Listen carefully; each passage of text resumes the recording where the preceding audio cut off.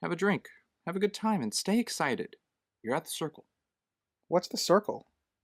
Well, Ryder, it's the movie that we are covering this time on the podcast, continuing our Tom Hanks season. With me today, we have. Hello, everybody. I'm one of your hosts, a Geeky Rider. I'm Crimson Maroon. And I'm Sprinks. And hey, if you're listening from... Boy, do I go with that? You know what? No, if you're listening from Scotland, you can find us over on Facebook, Instagram, TikTok. We have Twitter. We have Blue Sky, Blue Ski, LetterBoxd, where we have all our averaged out numbers and graphs of whatever it is we've covered.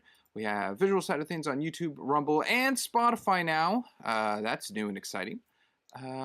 And we got tons of audio platforms out there as well. Now I can already feel it being pressed against my back, so how about we let the intro go?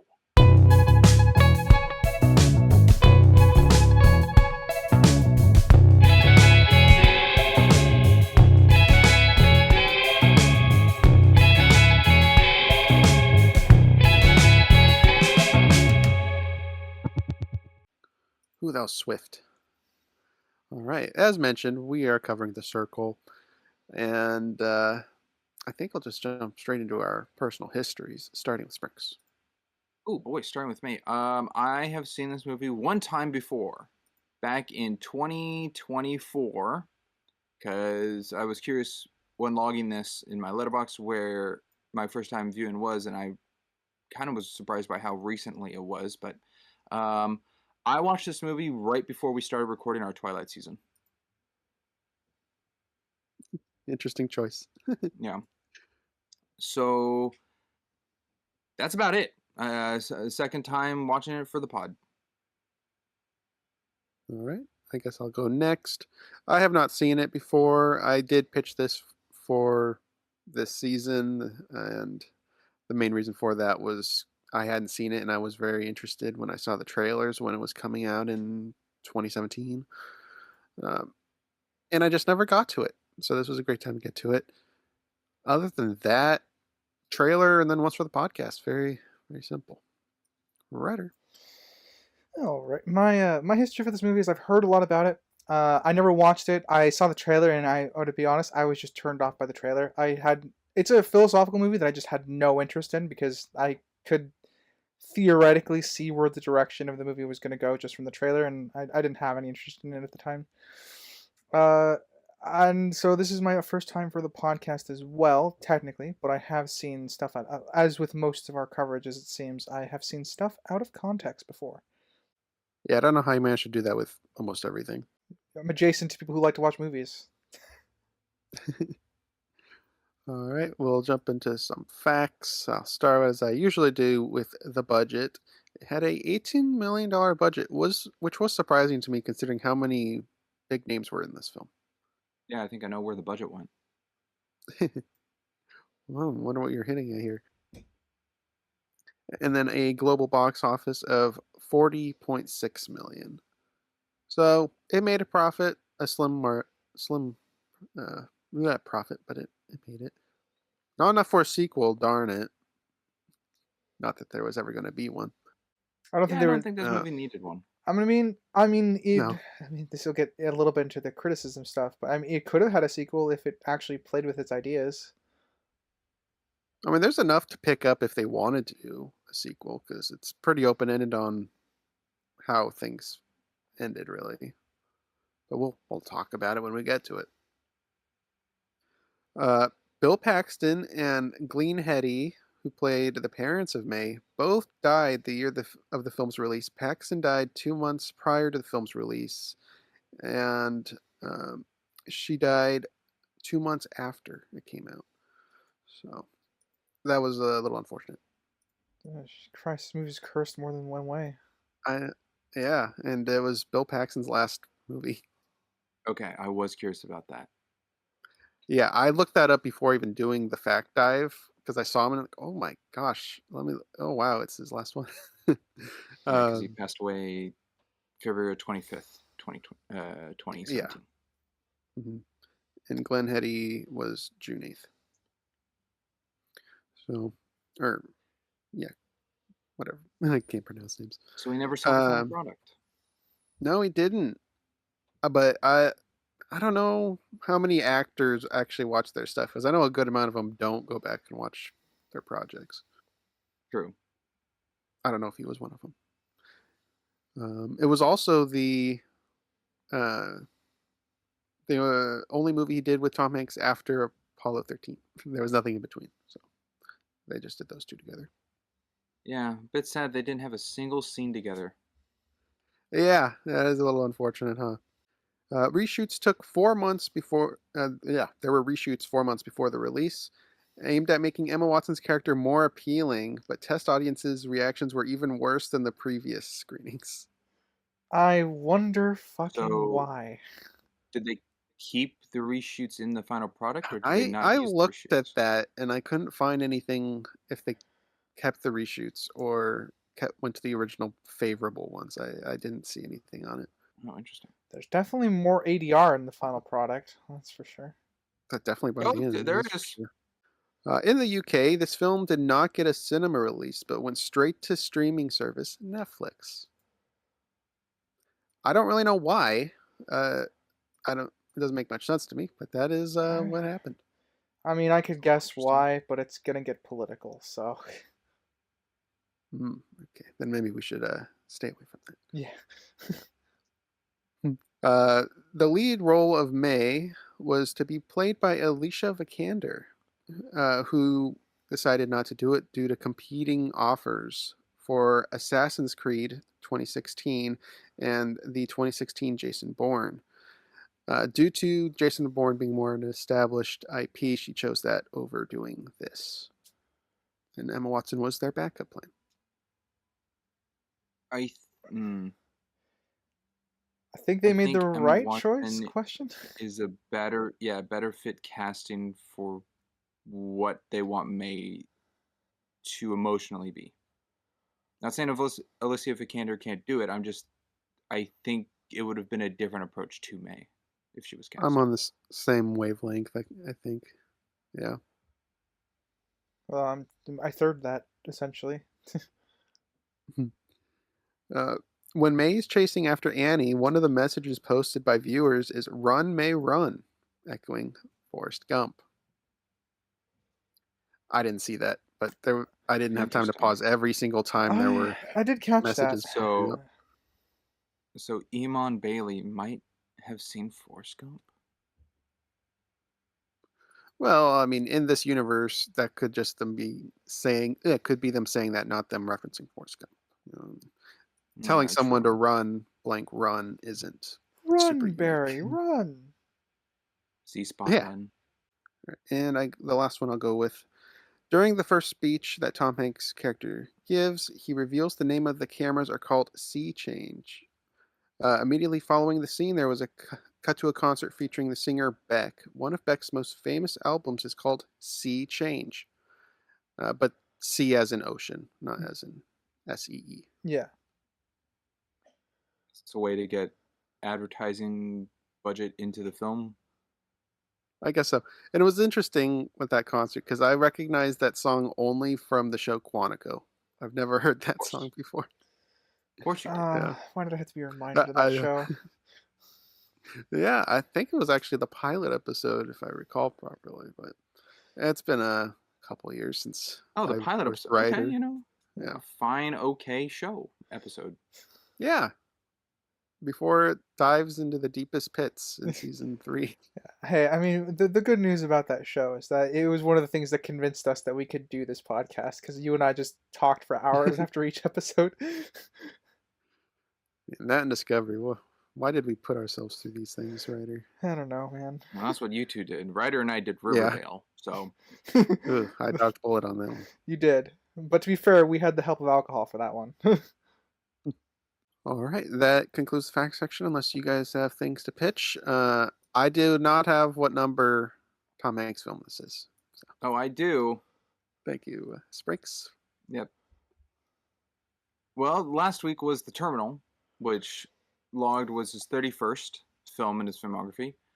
The Circle is logged as his 48th. Whew.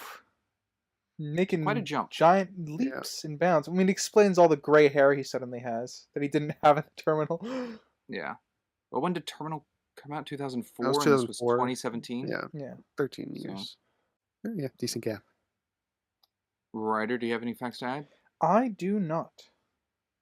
Sweet. So I will go with the one I have is due to closing contracts, Tom Hanks never worked with Circle 7 Productions on any films due to a new company contract established in 2006. Interesting. All right. Might be picking up on something. Let's go to the actual coverage where we'll do the 3-act structure where you can jump around within the acts. Act 1 being the beginning to when May gets the medical band. That part was within the act, so we can't talk about the medical band. Okay. And we will start with Sprinks as well for that. Oh boy, is it in this act? Being that we can jump around anywhere. I should have had this already on my notes. I'm sorry. Oh, Matt and Gina. Matt and Gina. I want to punch them both in the face. Are those the two people The that two are talking supervisors? about social score? Those Yeah. are the two. Yeah, those are the two who are like, oh, you haven't documented anything on your account, and it's all totally okay not to, but Yeah. we just want to make sure Yeah, because your see- popularity score and This right here is the in-person version of companies now asking you to submit your social media stuff whenever you put in a job application. This is the in-person version of that, and God, do I hate it. yeah, the algorithm You don't have generated to. popularity number just for fun. Some companies are now requiring it, which is awful as far as I'm concerned. Wasn't it a thing last year of production company or something like looking into actors' Instagram accounts or like follower numbers on social media, and that would get them the jobs or not? Yeah, I mean, they look at that as a factor for hiring. I don't think that's the sole reason, but they do look into that as a factor. Because theoretically, if they're a small indie actor, but they have an Instagram account, they might be able to bring some of those followers in as an audience, that sort of thing. Yeah. See that there kind of makes sense in a way, but most cases they don't need my socials if I'm applying for a warehouse job. It's ridiculous. I also find that as a breach because that's outside work. That's personal life. That Yep. doesn't seem legally backed. Oh, I'm sorry. This movie has something with breaching privacy? There's Well, I privacy in this meant film. with writers' real life comparisons. He's like some jobs are legally or require it for hiring. You'd be right. That's why I don't include my socials whenever they're in an application. Whenever the company asks me, I say no, and I usually don't get hired because of it. But I would rather do that than sacrifice my privacy. Yeah. The choice is given. But yeah, For Matt and Gina, now. very, very unlikable. Yeah. Very fake people. And as this movie definitely talks about, choice is more of an illusion than anything. So Does it though? you can choose to have a Circle account unless it's forced by government. Then You can have choose to, have a to Circle leave account. Circle. Until they track you down using everybody else's Circle account. It's that's the illusion of choice.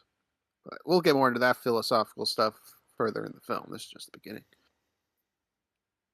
But to go back to your point, Springs. Yeah, they're terrible. I think most of the people within the Circle aren't very great people. They're phonies. They're fakes. Except they're Ty, white who I knights. guess isn't. Ty exists, I guess. He's Yeah. there. He's not exactly phony.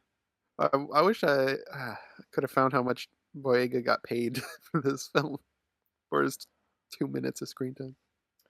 I think he's in it just because of Star Wars. Might be that popularity, yeah. 2017. Yeah, I mean, I I to don't be know fair, what else he's really. He's trying to in it that's recover gonna from really what take. The Last Jedi. I get it. Everyone is still. Okay, a writer. I'll praise the opening of the movie, starting with our character on the kayak, because this is one of the things that May does to kind of disconnect from the world and do her own thing to try and ground herself, and it's an important character thing because it's going to come back a few times, but it's very, very quiet.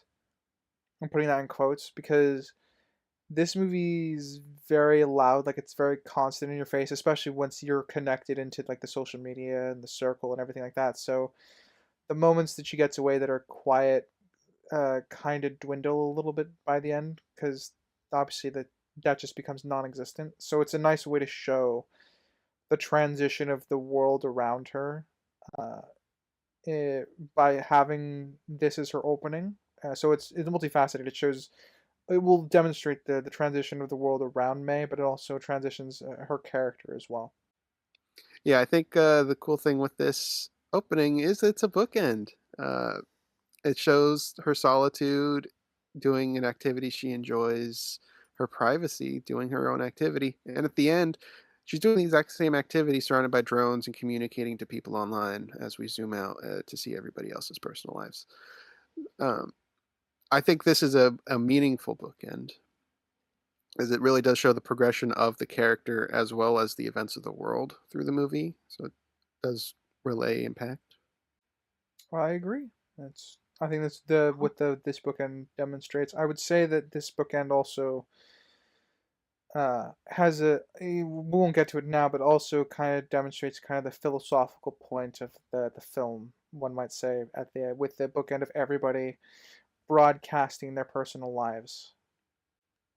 Yeah. Okay. Sprinks, you can add on or just move on to a point of your own. You, Crimson, have just created a anomaly, I suppose, that I will bring up in the recap. All right. So that's exciting. But let's see. What I can go off of just starting with this beginning here, I do like that it does come across as definitely more of a show of May's character, of what's happening, of wanting the relaxation of an escape with the kayak, yet she's stuck in a shitty end job that she does not really like. So it's like what she's doing is for her family, but more of that comes later, explained. But just like at the beginning, like the difference between the vibrancy of the nature of the blue water and I think the kayak's like a reddish orange, and all the trees and everything, to then a very closed gray and white, yellow lighting cubicle look. Yeah, there is that contrast, but there's also this odd feeling that she's the only one that's talking, even though presumably it's all their jobs to be talking to people. She's in the middle of the room. It's a lot of like movie centric stuff to isolate her, but in actuality, there would be a lot more people talking and not just sitting at their desk doing nothing. There'll be more background chatter. Yeah. And I mean, they intentionally do that to prop her up Yeah. and stuff, but in an actual cubicle scenario that of the job she has, there would be more people doing what she's doing. Okie dokie. I will have Ryder go next. Alrighty, I'll jump to Karen Gillan's in this movie. Yay! I actually love to see her in a lot of. She's attached to a lot of properties I typically love, being Doctor Who and Marvel and other things. Jumanji. Yeah, she's entertaining in the movie. I haven't seen it yet. Yeah. The new ones. Yes, she even in a bad movie, she's a good actress and is very entertaining.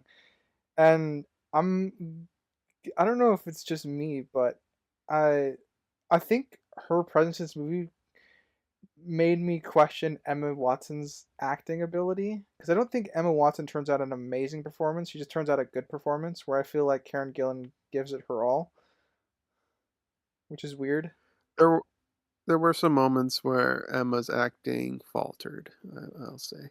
Yeah, she does a good job most of the film, I think, but I do think her acting left me wanting sometimes. I think they do the best. Most of them do the best they can with what they have. Yeah, I mean they have a stacked cast. They got a lot of people knowing what they're doing. I think so. Yeah.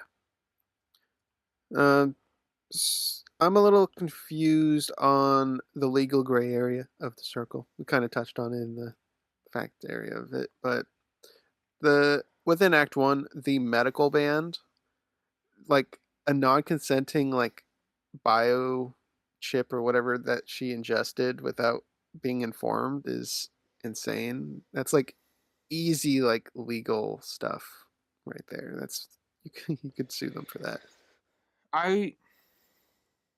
They never show it, but I want to know what May gave information-wise, either verbally or written down in her interview process. Yeah, she Does might it have. just have like questions? Yeah, because what if she had to sign something as part of her contract with the company that nulls I'm and voids sure that, right? But it would still be it something to probably bring is. up. All food on campus is, allowed. So when given something medically, it's like that's fine, but kind of tricked into it. But even contracts can be scrutinized legally. Like Disney, when you sign up for Disney Plus, there's a can't allow to sue clause in them. there Yeah. that you cannot sue them over anything at all.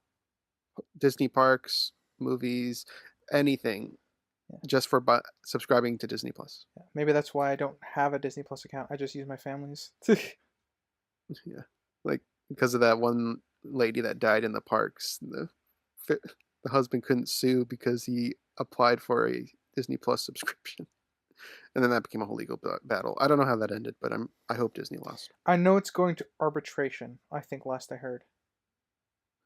Okay, so yeah, the contracts are not bulletproof. No. Again, one of the things I will praise this movie for, I think in general, is how odd it feels to be on the outside. So when May is first applying for her job, we get the sense of her being like on the outside. It's very awkward for her to learn stuff and things like that, and then she's slowly more incorporated, and then it kind of inverts towards the end of the film where everything outside the circle feels odd. I think that's something the film does very well in terms of its setting. And there is definitely a level of dystopian uncomfortability that's always underlying everything that has to do with the circle. Oh, certainly, everywhere. It's very interesting how some parallels can be drawn between this and now with AI stuff. Because this is all about personal information, privacy, and AI's mostly like copyright infringement stuff. But it is still within privacy. It's taking in everyone's data to learn. It's just an interesting parallel because the AI stuff wasn't a thing really in 2017 as a big topic of debate. On that front, I do think the film is ahead of its time, at least in that particular aspect. I mean, whether or not we will discuss the writing of it, I do think a lot of it's we will. pretty we accurate to how definitely will. companies work. Yeah, I would agree with that. One of the comments that comes up later in the film, like in the text messages that May gets while she's live streaming her life, is definitely like, hey, is the circle a cult? I'm like, kinda, yeah. From a certain point of view, it can function as one. Mm-hmm. Yes. Definitely culty vibes. Happy excitement. I'm excited Especially about with our the- next project. Yeah, the stereotype add-in of the drink the Kool-Aid. Yeah. Yeah. Right, Sprinks, you got a bullet? I don't think the title overlay was needed. It was very over the top. I was actually confused what was happening until it formulated the title. What is this weird overlay? Why doesn't it match the background? And then yeah, it just turned into the title. Yeah. It doesn't fit what this movie is. It feels whimsical. It feels like a kids movie title. When you mean when the circle comes up and Emma Watson walks in? Yeah, when she enters the building. Yeah. I thought at first that it was like upon entering this building, her biometrics are being scanned and taken in, because later in the film that we can see like her messages and everything outward, and like when she goes full transparent, we see all those messages. I felt this was kind of like that, and we see the circle actually taking her in and scanning her. Yeah. But no, it was only onto the audience to just be flashy for a title sequence. Yeah. I mean, it's fine to have a flashy title sequence, but in world, at least It my needs to be fitting. yeah, my interpretation. Well, no, it doesn't. But my interpretation of it It is, does. we'll get. Well, I guess let's move that You can't conversation. have Let's move that conversation to the back end of what I want to say for real quick, because okay. but what I was gonna say is like I think the way to incorporate this title is that's your loading screen when you log into the Circle app or whatever.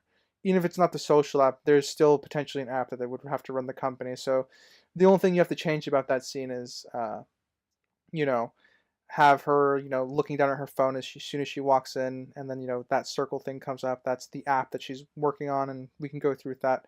And then that would later feed into all the messages that we see on the screen around as well.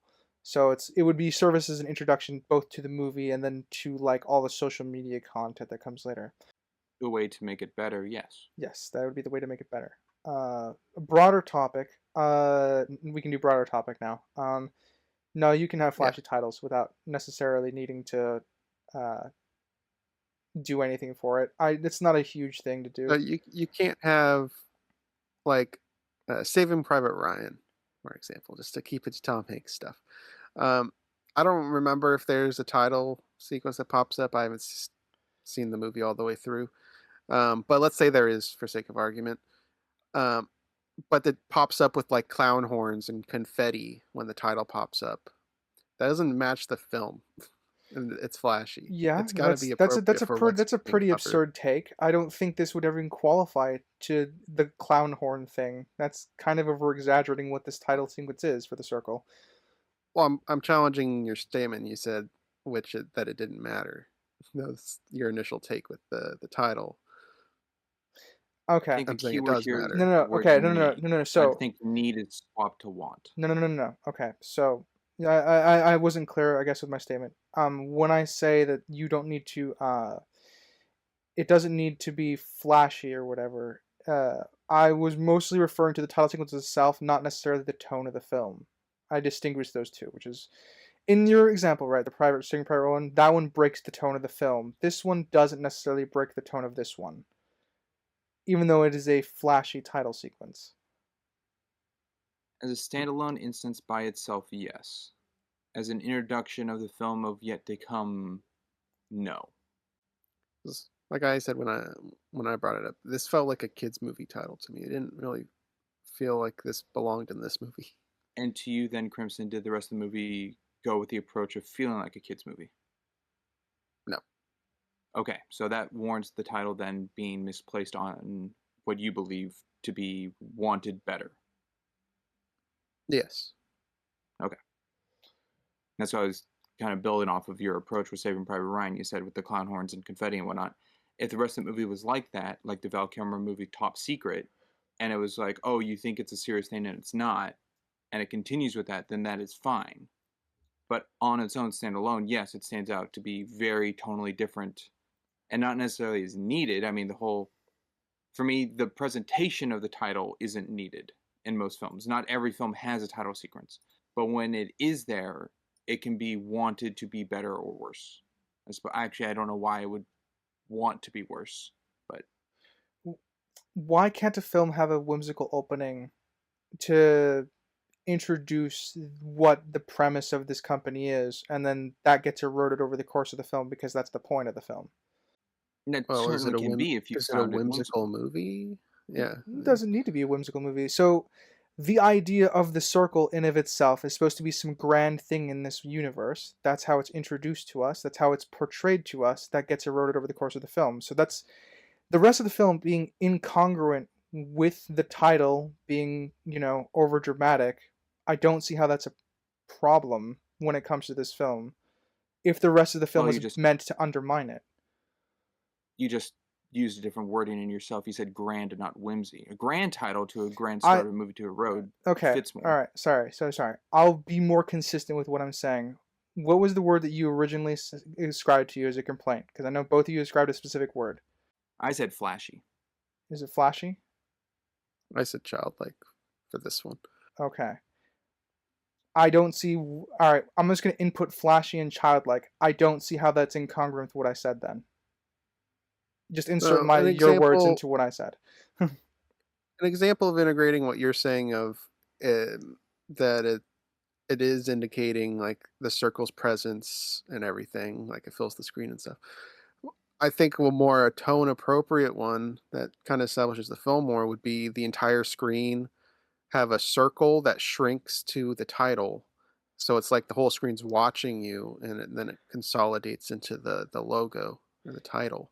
I mean, my And choice still for grand, but it still feels appropriate.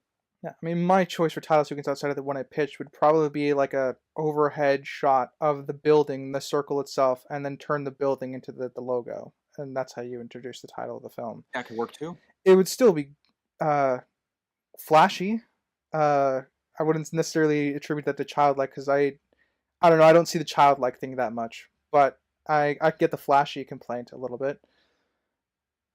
I guess maybe our definitions are a bit different. The overhead look of the whole complex to look like the symbol of the circle to then fade into a title sequence, I think would fit more transitionally into the title, or with the phone idea of booting it up on May's phone to go with that.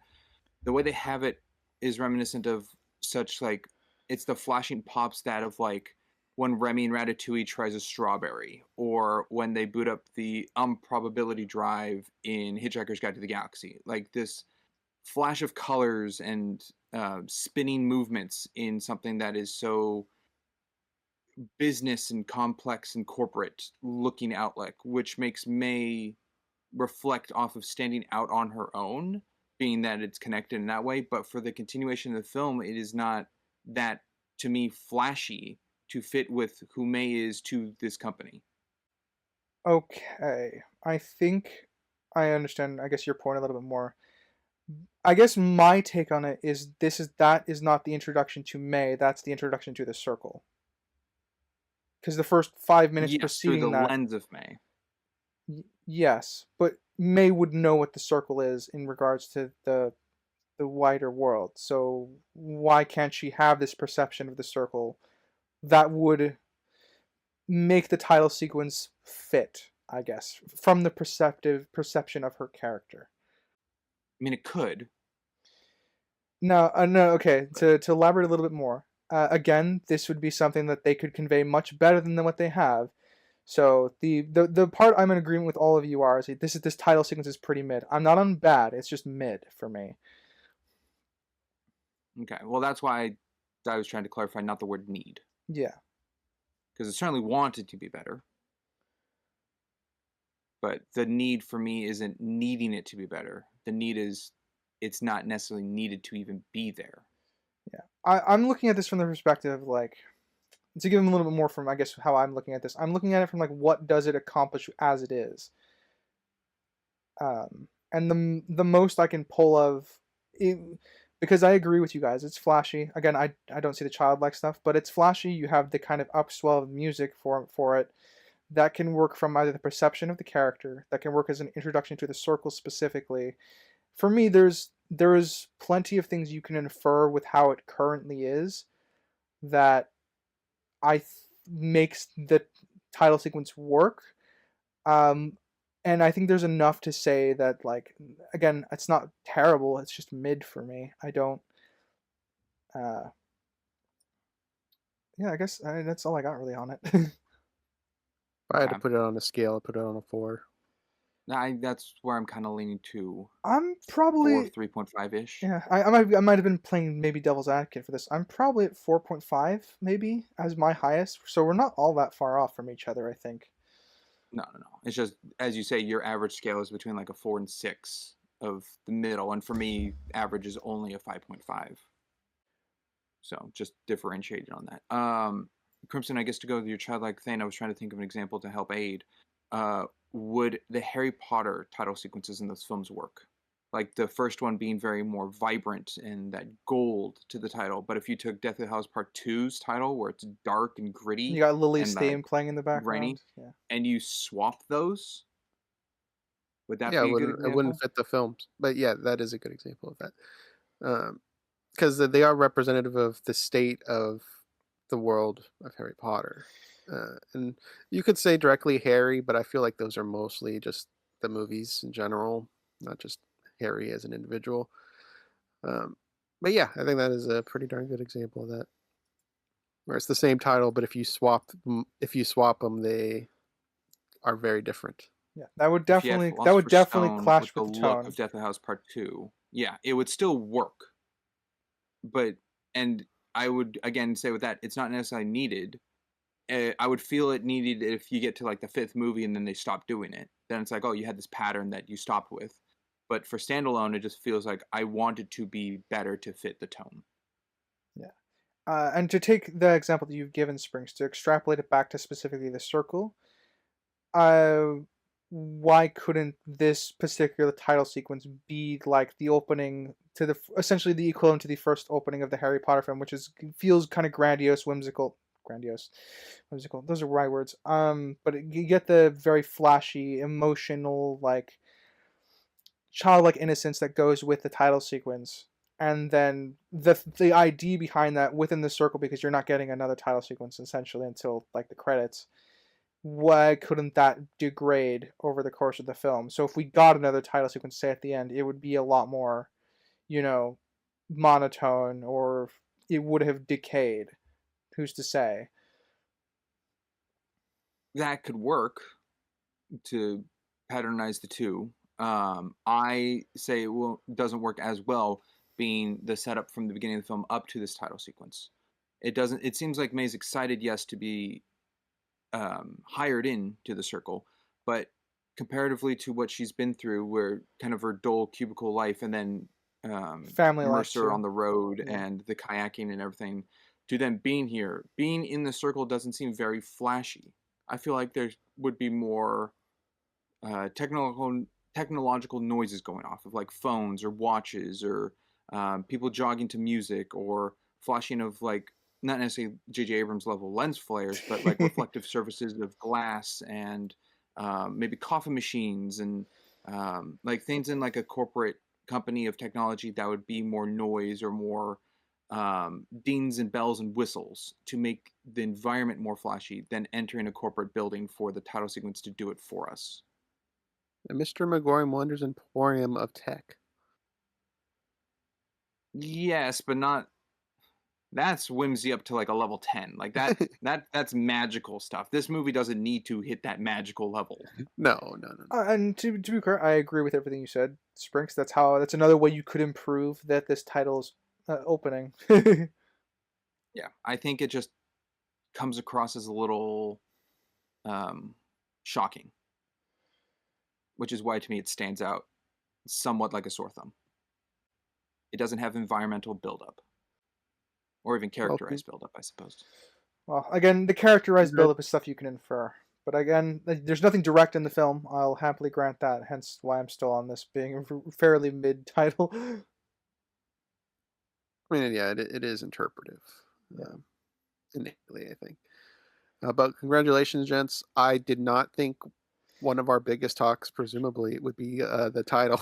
Hey, you never We know. just started. I know. We don't know. I know, but that was long. I mean, hey, this film is a What's philosophy awful? film, technically speaking. So we might have some more random topics that crop Look, up. we've covered multiple little things in films before. I don't think we've touched on title sequences in a good Not, chunk. Yeah, at least not to this depth. yeah. We've definitely talked about bookends, yeah. and we've talked about other like openings to You're right. films and opening text crawls and stuff like that. But I most of the stuff we've talked about title sequences before has been specifically on just the look of the title itself, like the design. Transitional usages, Yeah. edits.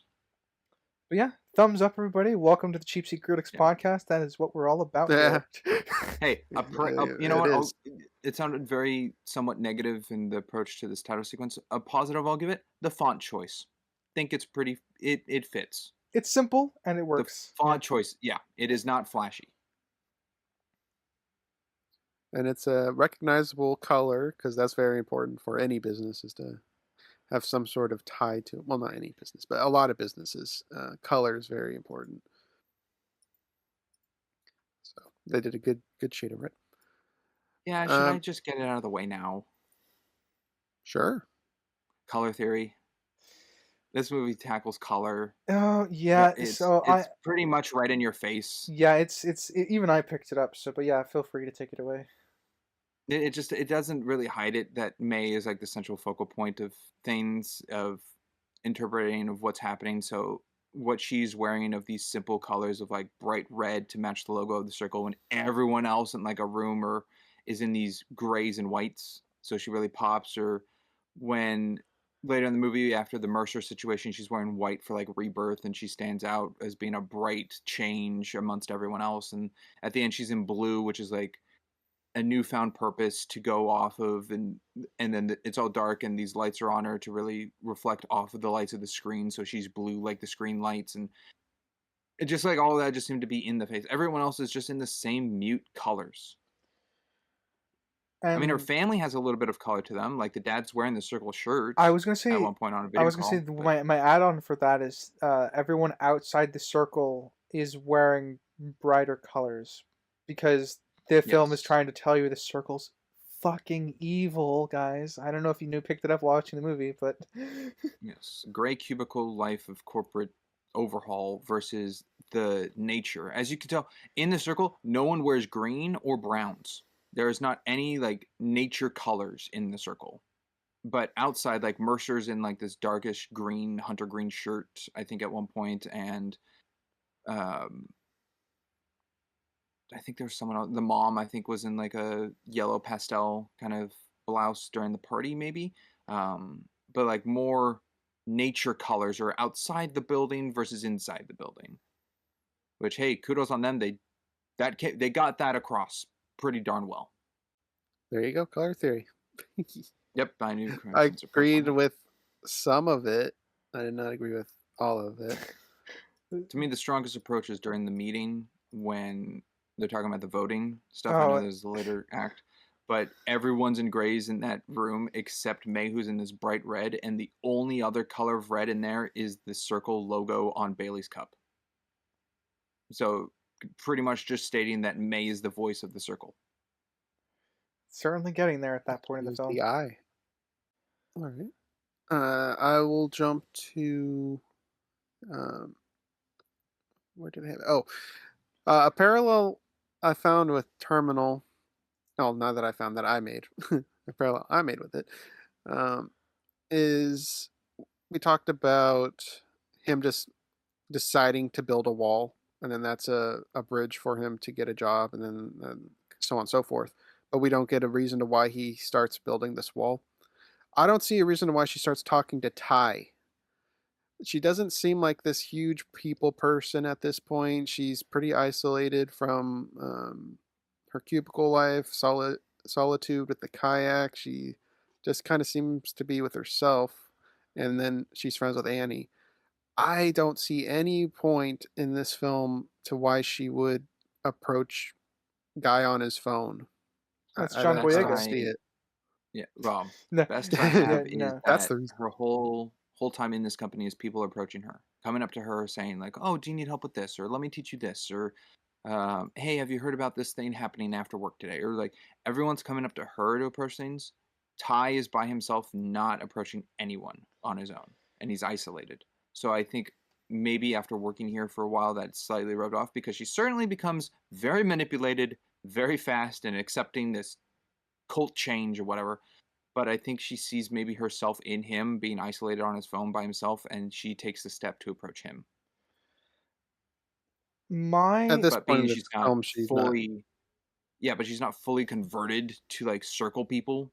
So she still has herself to have the conversation with Ty with, which is why they joke and understand one another better.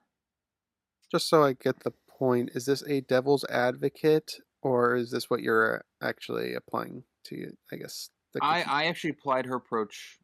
I'm actually applying. I went with her approach being that he's isolated, and not anything being that her whole course of being here has been approached by other people. She hasn't gone out and talked to anyone. which is somewhat like a peer pressure manipulative tactic that the circle has put onto her. Ryder, sound like you were going to interject in there? Yes, my inference for this, why she went up to, aside from my joke, the reason she went up to Ty is because the film, at least I thought it was to a certain point, because obviously there's the, I'm not gonna go off the rails with that. But the reason she goes up to Ty, as far as I understood it, was because she still feels like an outsider in the circle. She's not connected with the social stuff. She's not connected like with all the as much of the party stuff. She's at the party because her friend Annie dragged her there.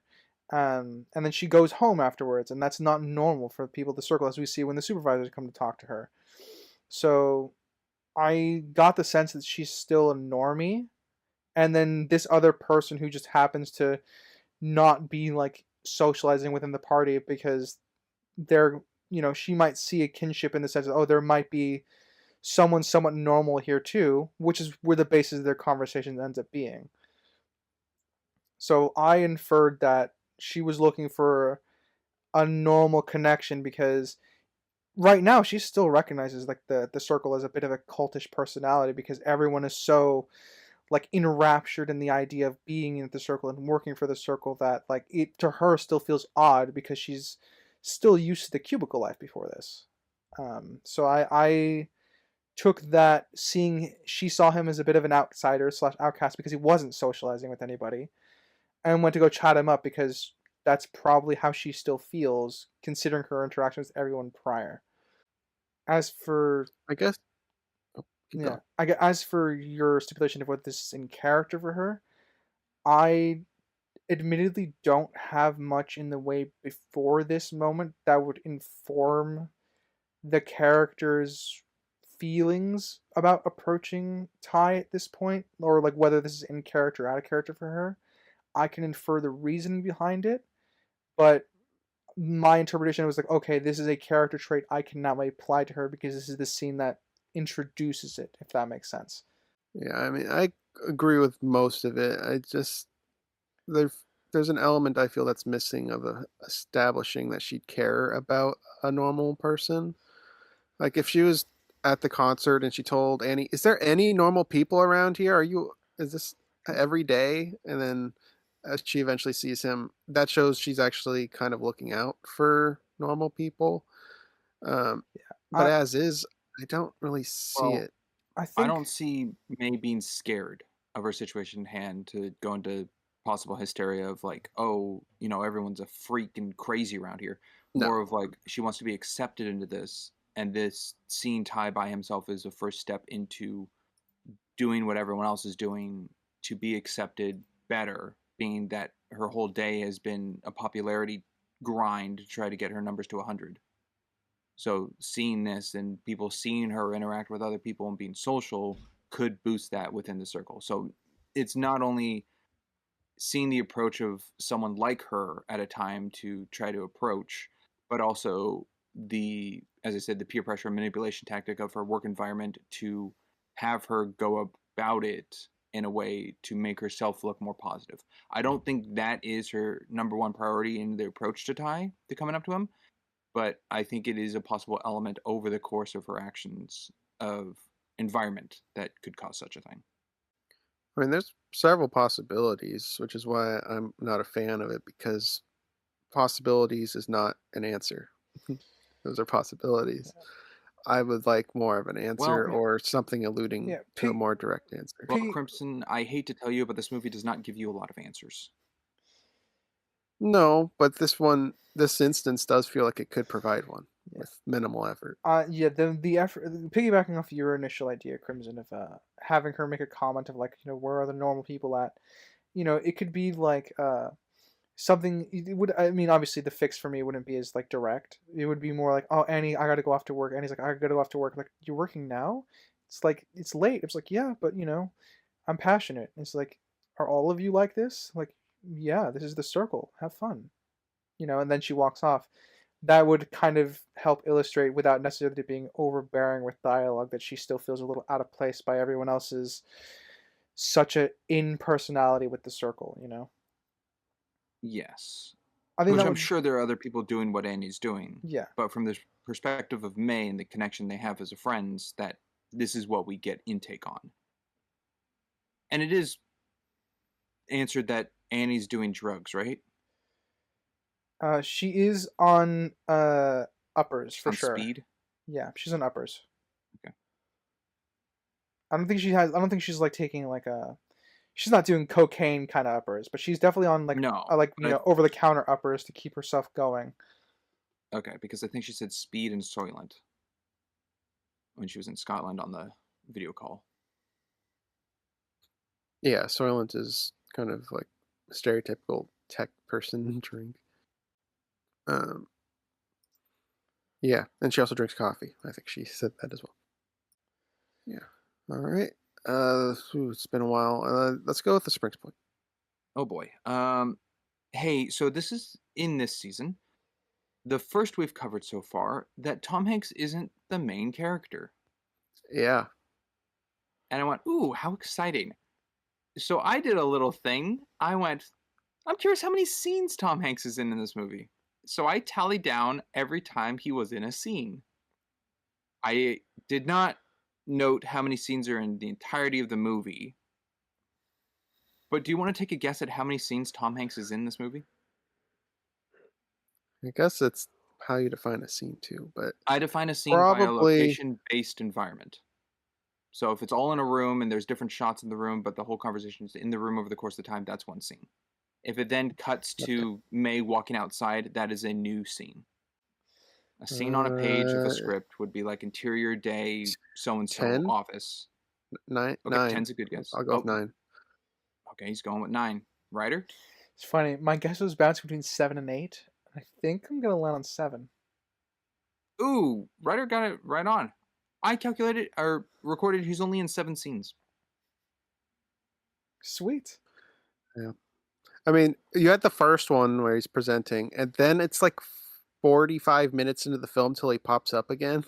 Yeah, and then he's in like his office talk with May, and then they have the corporate talk, and then they have the talk on the stairs, and then they have the other meeting at the end. And I'm missing 2, but that's 5 of them so far. Yeah, the voting scene, and then. Yeah, that's the corporate meeting. Oh, okay. Not many. Yeah.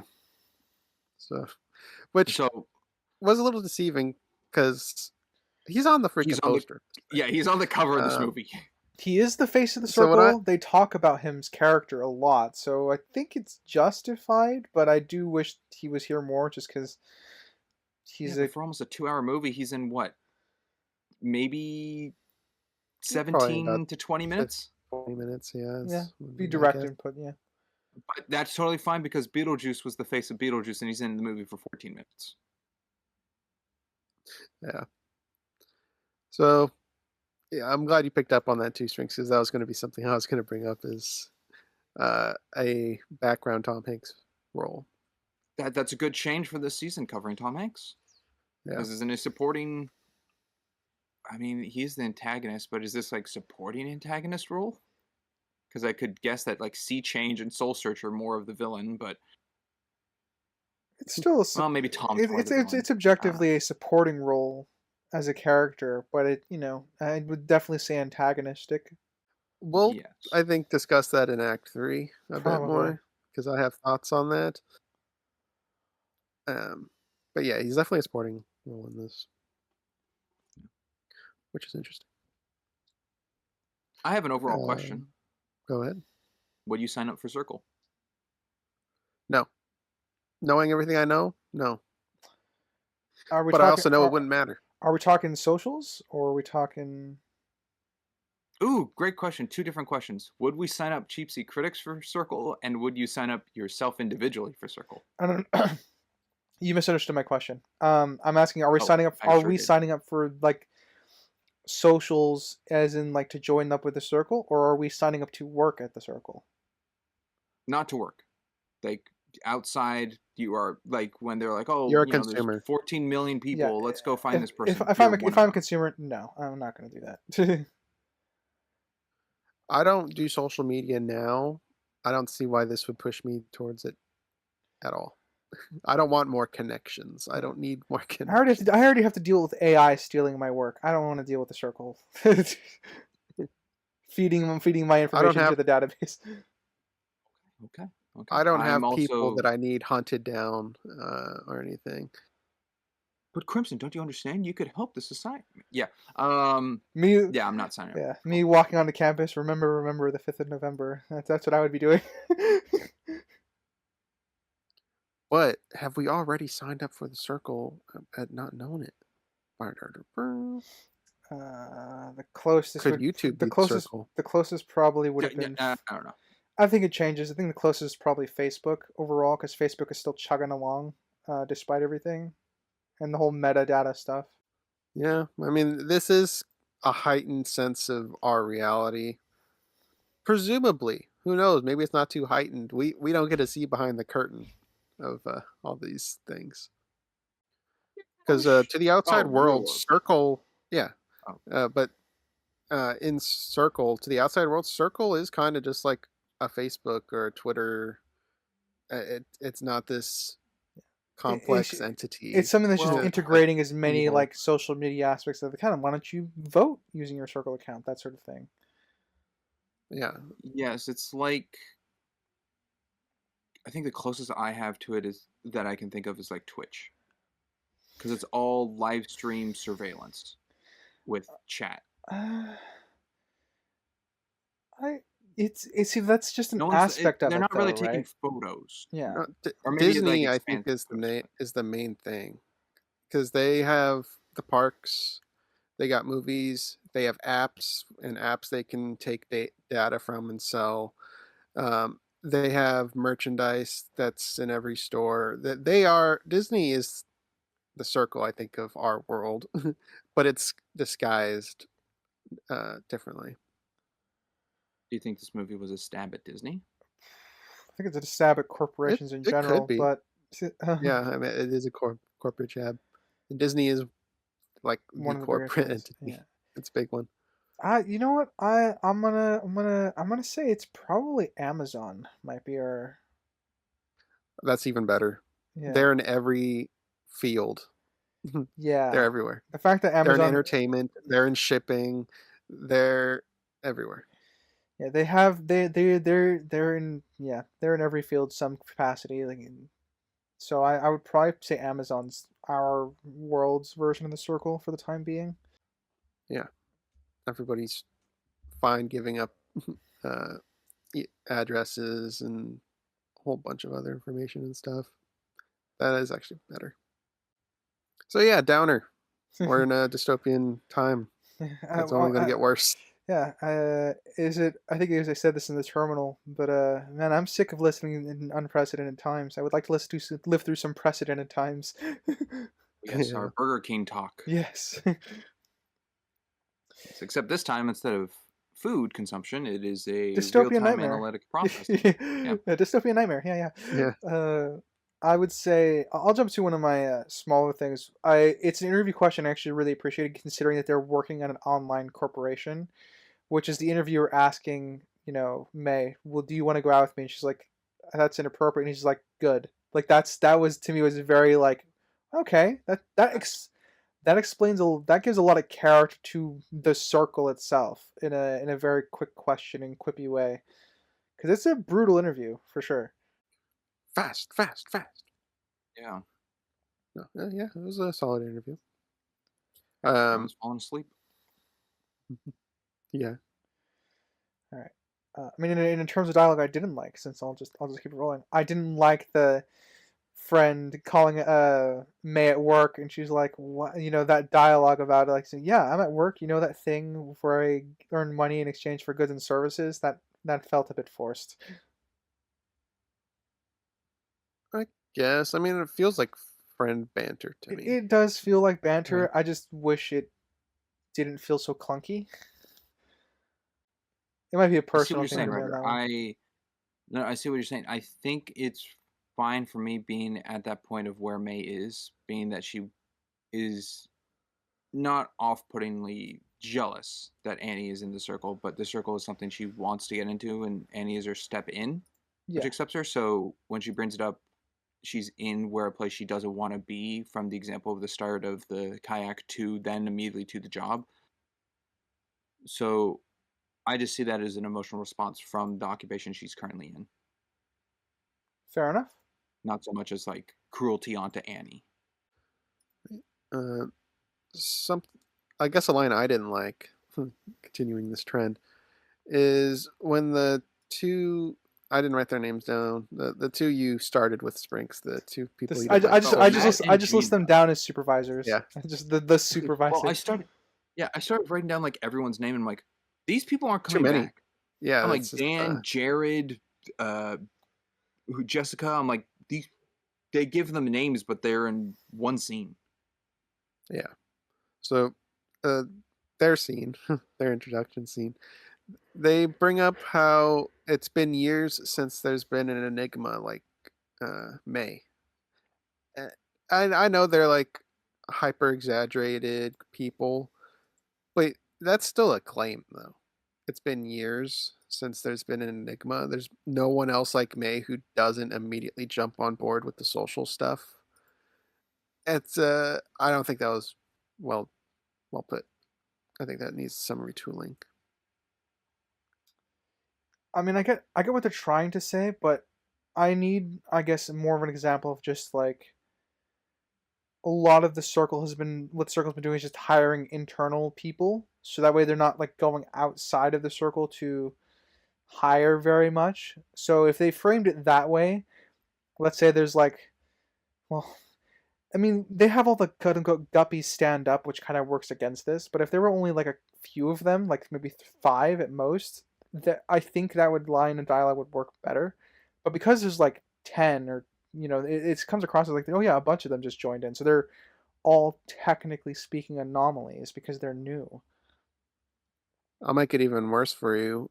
Annie said that they're hiring 100 people, Uh, so yeah, that there's makes it 100 worse. guppies. So that does make the dialogue worse. Yeah, absolutely. And we don't know how often they do these like hiring events, I guess. But years seems too much for a growing company like this. They're growing. They'd be hiring fairly often. The only favorable interpretation I have of this line is that they're referring it to her because she's the one of the only guppies that's not really doing the social media stuff. But if that was the case, they could have just made that more explicit in the dialogue to clear it up.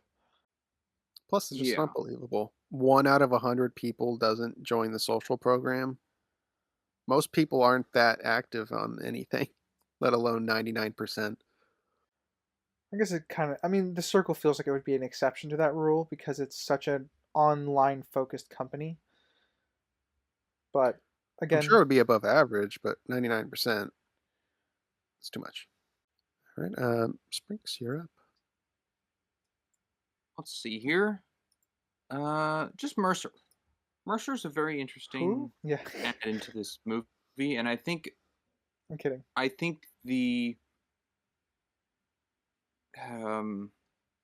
The premise of Mercer in as being an opposing difference of what the circle's going for in his private matter of life and choosing not to be a part of the circle and like staying away from it is a nice duality.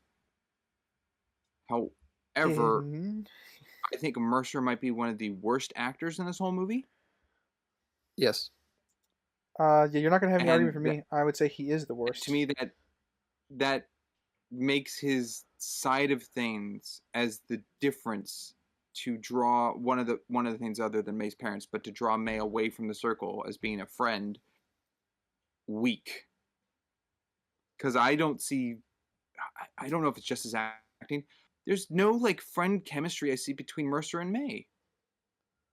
And we're bringing up chemistry a lot this season. I kind of felt it, but I agree with the acting actually detracted from his character. Like him panicking and freaking out on the drive later. It wasn't good. His berating of her, that post you did of my antler chandelier. I know it was good hearted, but it just wasn't good, May. It wasn't good. Death threats. Yeah. If that was delivered way better, a better actor or more experienced, more experienced actor.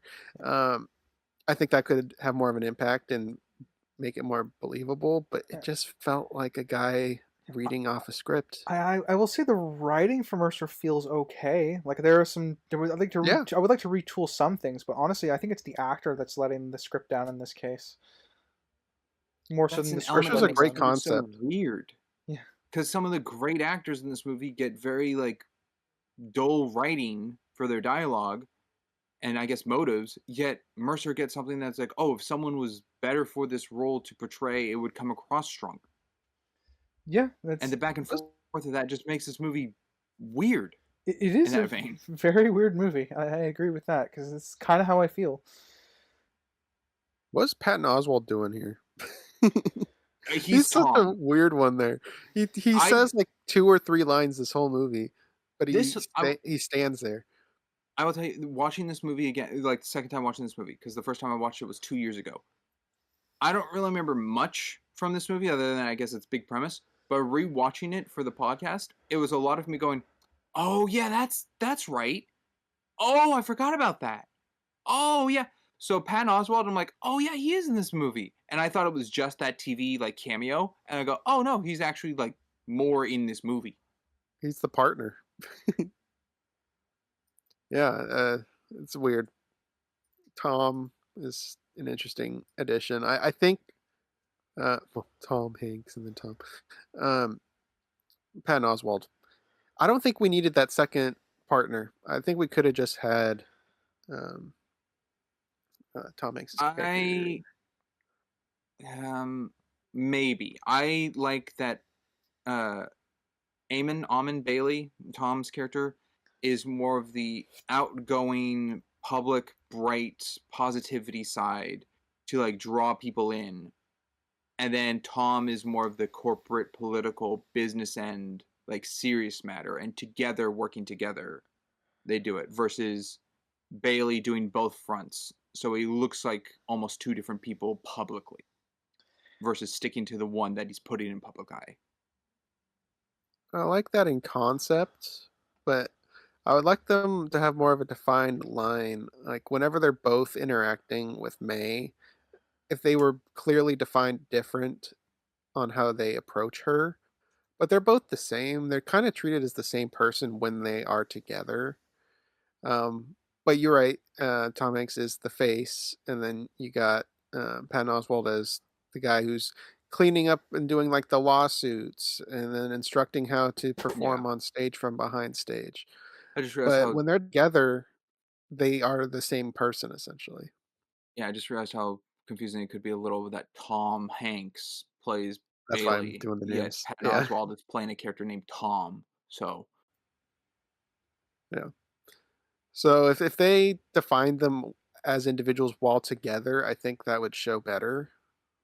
And I guess that would be my complaint with it. well, best I have is Patton Oswalt doesn't like going up on like stage presentations. He does the one, but that's all because of the political matter with the The I forget the her the name, but the senator, the lady mayor, who's going yeah. transparent. Yeah, Sure. I mean, like an example. So after May's whole kayak incident, getting ahead here, but they're both talking to her about it. And if we had Patton Oswald be the more analytical one, talking about how negatively it could affect the company, and then you have Tom Hanks talk about the positives that it would bring to the company and herself of personal growth. There's a little dichotomy there, and it clearly defines the two of them. This is the partnership.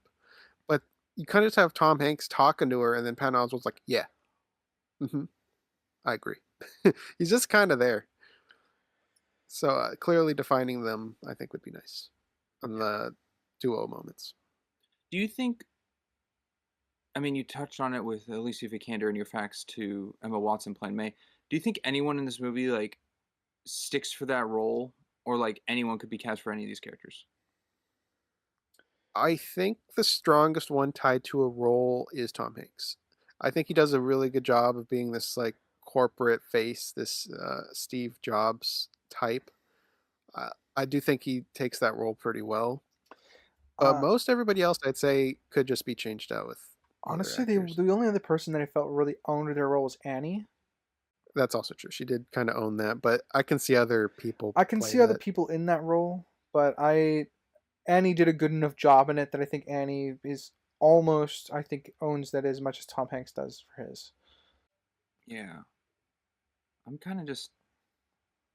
To me, the strongest one to me is Emma Watson as May because the way she plays May. But I feel like everyone else could have been different. I mean, I'm just trying to think of like Tom Hanks, what he's doing with Bailey of like inviting, welcome, charismatic to this system, and I'm trying to think of other people to fit that. Do you think John Goodman would be too old? Because I think he could do it. I I think think the he'd possibility have of a Tim different Allen presence could do it. She would have a different presence. because Tom Hanks, he's kind of softer guy um, in this. Like visually, he looks like someone you can trust and stuff. Not that John Goodman you can't, but it is a different presence.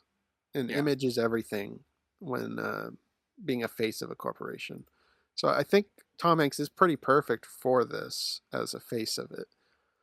Um, Tim Allen would be better than John Goodman to me. But Okay. I'm like just trying to think of, like, I don't think Billy Crystal could do it. I don't know why I'm just going through like Pixar characters. Um like Tom Cruise, no. That would not fit. Jeff Bridges probably wouldn't work. I could see No, I think Jeff Bridges is would have too been an old. older Brad Pitt.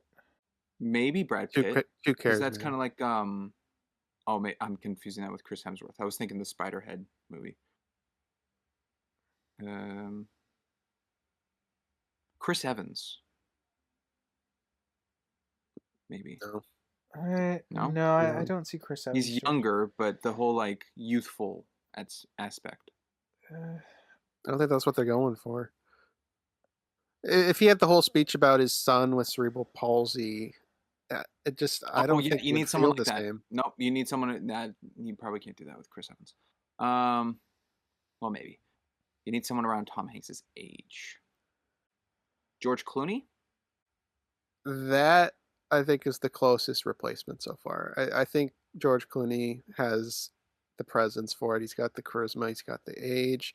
He's Sort of got the look. calm. Yeah.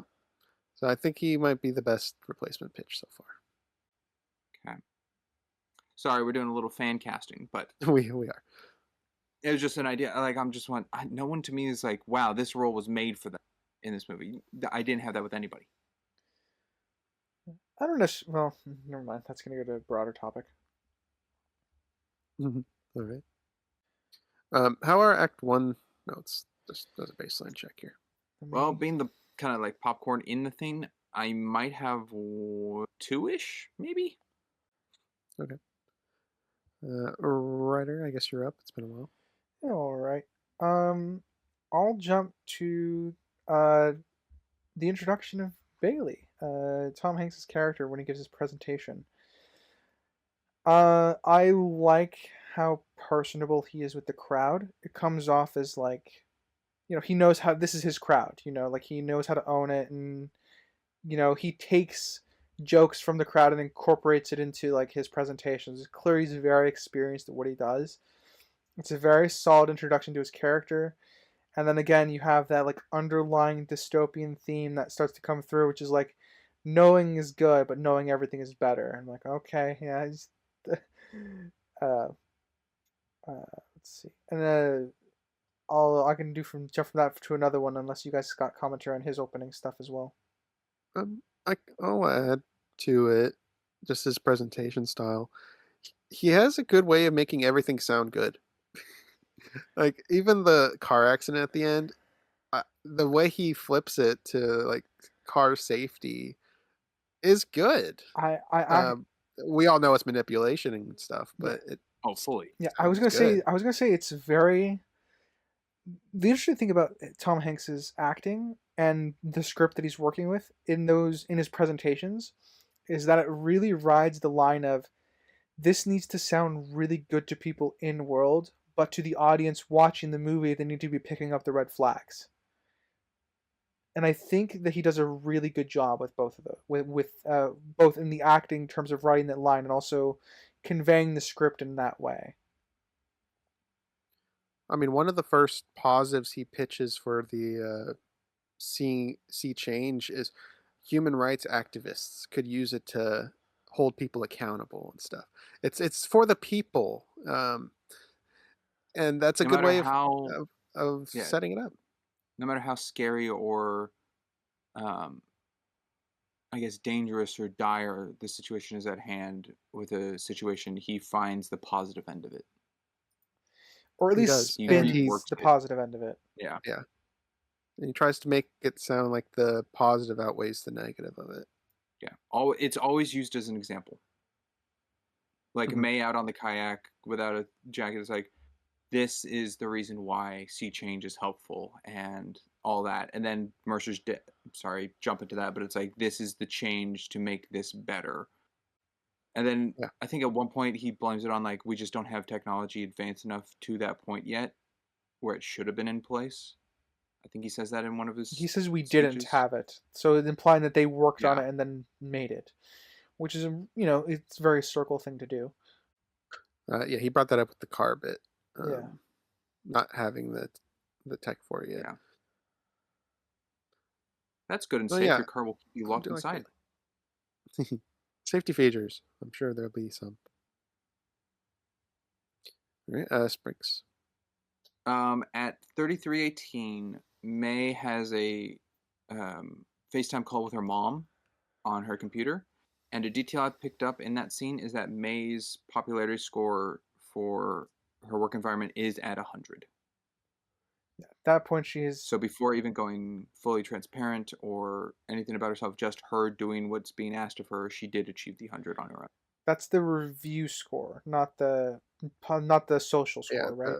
the social score. No, She was not at the like social. 2,500, I think, at that time. Yeah. You see it in the corner. Sorry, the score Which is that's better like, than you the know, ask for 8,000 that she follow-ups, do started. better. Yeah. Because I think at the But time of the first meeting with Bailey, she was in like the 80s or something, and Annie like comments like, "Oh, that's a B. You know, you're doing good." But at the time of the call, then it's at 100. yes, we see a montage of her in the 80s, and she goes down to 64, I think, and then she bumps it back up to 87, which is what Annie references.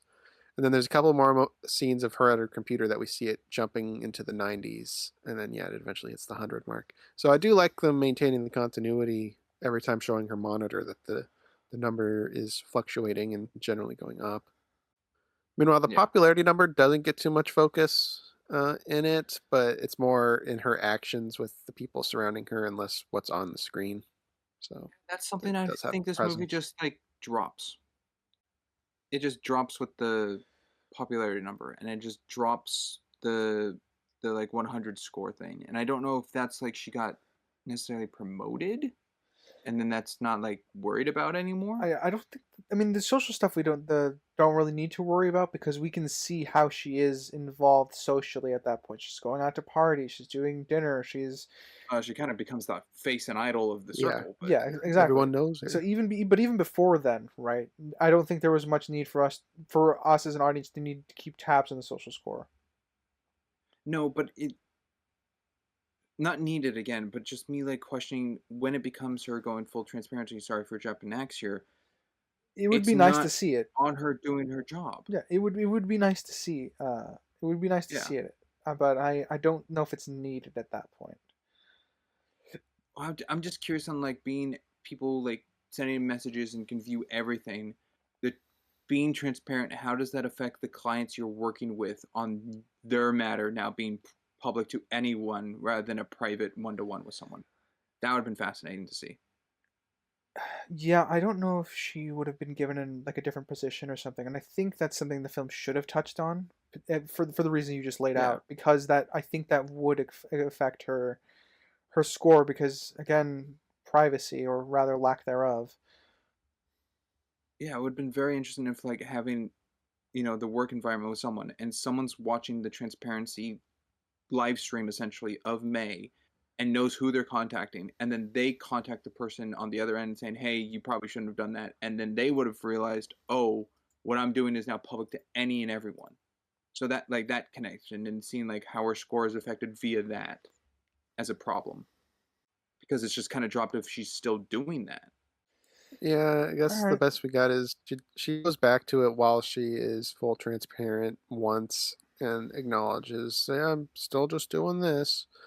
That was before her promotion to probably being in Yeah. the rank 40 or whatever that Anne was. Gang of 40 that Annie was involved with. I think I might be what's it called? I'm probably at a nitpick to Nick for that. I'm in that range, I guess, for because the popular score itself isn't relevant, but I see consequences that could spiral out of it. I have it as a nick because it's a new change ongoing, but we're never explained that this is like, oh, because of this new transparency, you'll be focusing on this, and your, latter duties are changed or given to someone else. Like that's never brought up. It's like she's still doing the same thing, and what she is different than being full transparent than anyone else because not everyone in the circle would have changes of consequences on her actions throughout her day-to-day life, and that is just kind of ignored as a story structure to the movie. So I have that as a nick. Um, Something I'll throw out there. This is a preference thing, so not objectively holding it because they don't establish it in world to be anything.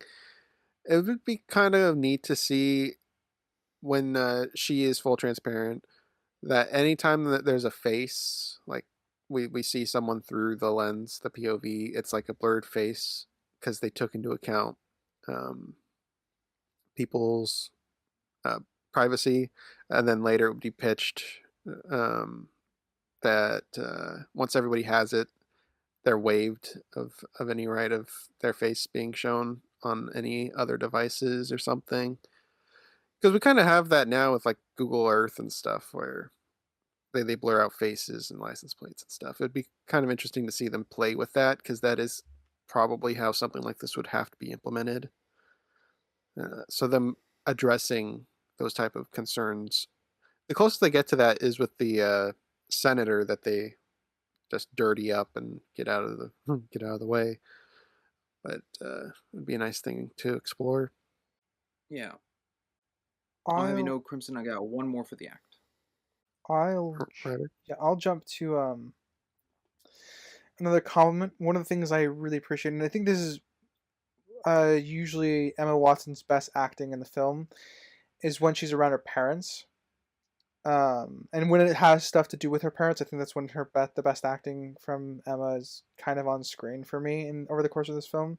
Because the two scenes that really jump out to me as good acting is when we first meet her parents over the dinner table, and her dad has an episode, and we kind of instead of watching her parents walk away, we were just focusing slowly on Emma Watson reacting and acting to the scene essentially. This is one of her strong points. And the other one that jumps out to me in the opening act is when she goes home for the weekend and more or less gets in trouble for it socially, and it's the one where she ends up going to kayaking to end the weekend, pretty much.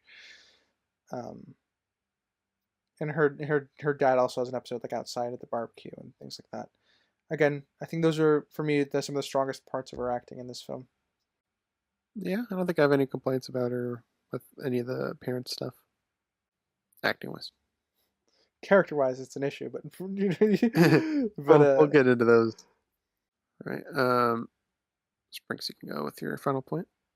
My final point is the medical thing she ingests and just takes, and now she just has this biometric scanner inside of her and can be fully logged. And just like how many people with the circle have gone through this, or is it tricked into a medical checkup that upon a time of like a new guppy they get to this point kind of thing? Like, I just found that interesting because it could go into like the sea change. Because Bailey brings up later that the kayak thing is being the sea change cameras were able to spot her from a buoy to find her, versus why her biometric scanner is picked up as well.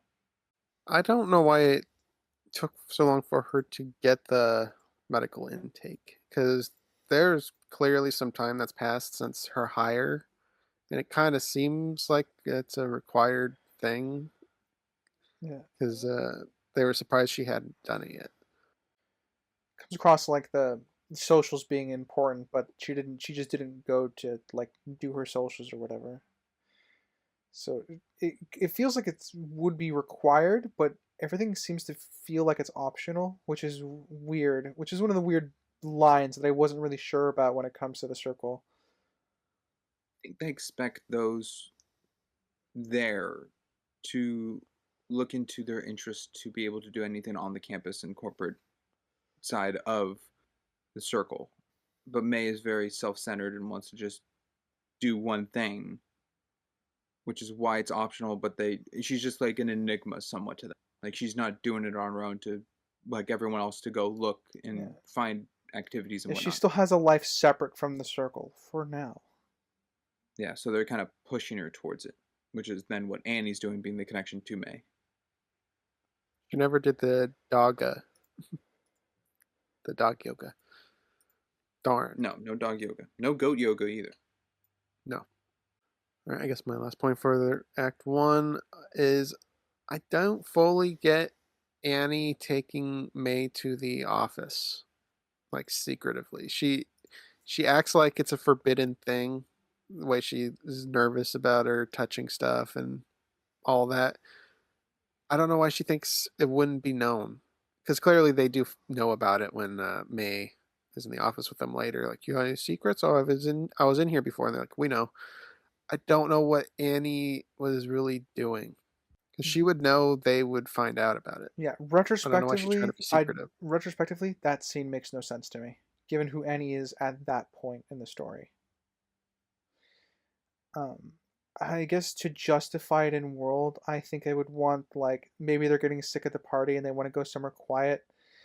And so Annie suggests their office, and then they can make an excuse from there to go into like Bailey's office and Tom's office. But as it stands, I'm kind of in agreement. The scene feels pointless and superfluous. Other than to be called back later for Yeah. that scene. That is literally the only it exists to push a particular plot point. And I guess any thoughts on the Springs? Yeah. No, it's a little off-putting kind of thing. I don't know if that was like her way of like trusting her, like, oh, see the inside job or the inside situation of what's going on here in the office, but they don't really do anything in the office to look at anything. It's just like, oh, kind of breaking the rules, but that doesn't seem like Annie's character. No, it doesn't. Not at this point. Maybe later when she's burned out and stuff. Yeah. I mean, after this office scene, do we see her again being chipper and cheery, like normal? Or is the next time on the interview on stage with Bailey, with May? No, she's the one that brings her to the medical room. Like the yeah, for her in the medical And, intake. yeah, and then they hug outside. Yes, they're still very happy. Yeah. Okay, yes, then I have it as this is a break in her character. Because I'm like, if they're trying to convey that because of this, Bailey and Tom found out, because they do say like, oh yeah, we knew you were in here when they bring it up when they invite her in. If that's what caused kind of the crash out of Annie to be now more under the thumb of Tom. Well, Annie did say she was under Tom's thumb after she kind of pushed back on the senator thing. Well, no, we didn't get to see that. That is how she... Yeah, again, but I don't know if the office scene here is to play into that, being this was Annie's idea. It could be, but again, I feel like given the relevance to her character later on, I feel like that's something that we need to see, or at least the fallout of, hear about earlier on. Set it up. To me, this is inference. Yeah. Mm-hmm. It's a reasonable inference to be sure, but I would like a line of like, hey, have you seen Annie? I'm like, no, she's got in trouble because she was caught in the offices or something like that. That's all you would need from somebody else. So, since we're all agreeing something's off here, what are we applying to our damage ladders? I have this as a issue as a break in Annie's character, being with the follow-up scene of the medical. Yep. This is a break in Annie's character. I'm also bouncing between an issue and flaw. It doesn't really... the scene doesn't exist other than to just have it a scene with Bailey later on to make a point of it. But as it stands, I think it breaks Annie's character. So I'm definitely bouncing between flaw and issue. Yeah, I'm at an issue with it. Flaw is a little too heavy for this because it doesn't have too many. It doesn't have any long term ramifications that's depicted, but it is a break in her character, so I have it as an issue. All right, Act Two is from the medical band to Annie's talk in the bathroom. It does include the talk in the bathroom, so we can talk about that. And Spring started Act One, so Red, you can start Act Two. I would love to. I will start us out with, funny enough, pretty something pretty early on, which is Annie and May's, like, they come across as really good friends, and I actually do appreciate that because even when Annie's crashing out, they're still, even though they're bickering back and forth, it's clear that there's still like a care for each other in there. They just feel the strain of their friendship because of everything that's going on. Um, I very much like that Annie would know the situation that May's family's in, and then push for this, even though it's obviously more circle dystopia stuff. Ultimately, she's doing this because she thinks it will help her, and obviously that kind of rolls out into them, walking outside together. Annie, May delivering the good news to her parents, and then Annie kind of jokingly chiding in, saying, "Bye, mom," that sort of thing. I think it's just a very, very good, like, it's a very good way to show how all this comes from, like, wanting to love and be there for your friend, and see it slowly twisted over the course of the film. Uh, because obviously it comes from a very good place, but a, a lot of arguably what the circle is about is an idea is coming from a good place, but you can already see how it's going to be twisted later on to be something not as good. Yeah, what the road to hell is paved by good intentions, right? Pretty That's much, the yeah. saying. And like I said, I think on the surface their friendship is. I feel the chemistry as their friendship in this scene, um, and then that goes into it's setting up what's going to become of their friendship later on, more or less. Yeah, and before I add my thoughts to that, Sprinks, do you have anything to add to that? No, I don't. I think that was summarized pretty well. So I agree with what you said. I do buy their friendship. It's I think a pretty well established one. There was a moment in the middle area where Annie, I couldn't tell if she was getting jealous of. Well, she was getting jealous, but I couldn't tell what she was jealous of with May. Whether it was her quick climb to the top or if she viewed herself doing less than her. Because Annie's staying up nights, doing all these things, taking some drugs or whatever she's taking to help herself. Meanwhile, there's May, who, as far as we can tell, isn't staying up late or looking exhausted and pale. So I couldn't tell what the jealousy was particular. If it was jealousy at all, what were your guys' read of that? I thought it was jealousy that Annie's doing far more to stay in the positive light of this place being in that top 40. Um, and May seems to have one accident that is put her in that position by Bailey and Tom to do that for her. So it seems a lot easier to come, and Annie was the one who got May in there to begin with, and then Annie's now in trouble and is deteriorating herself. So it does come across as jealousy.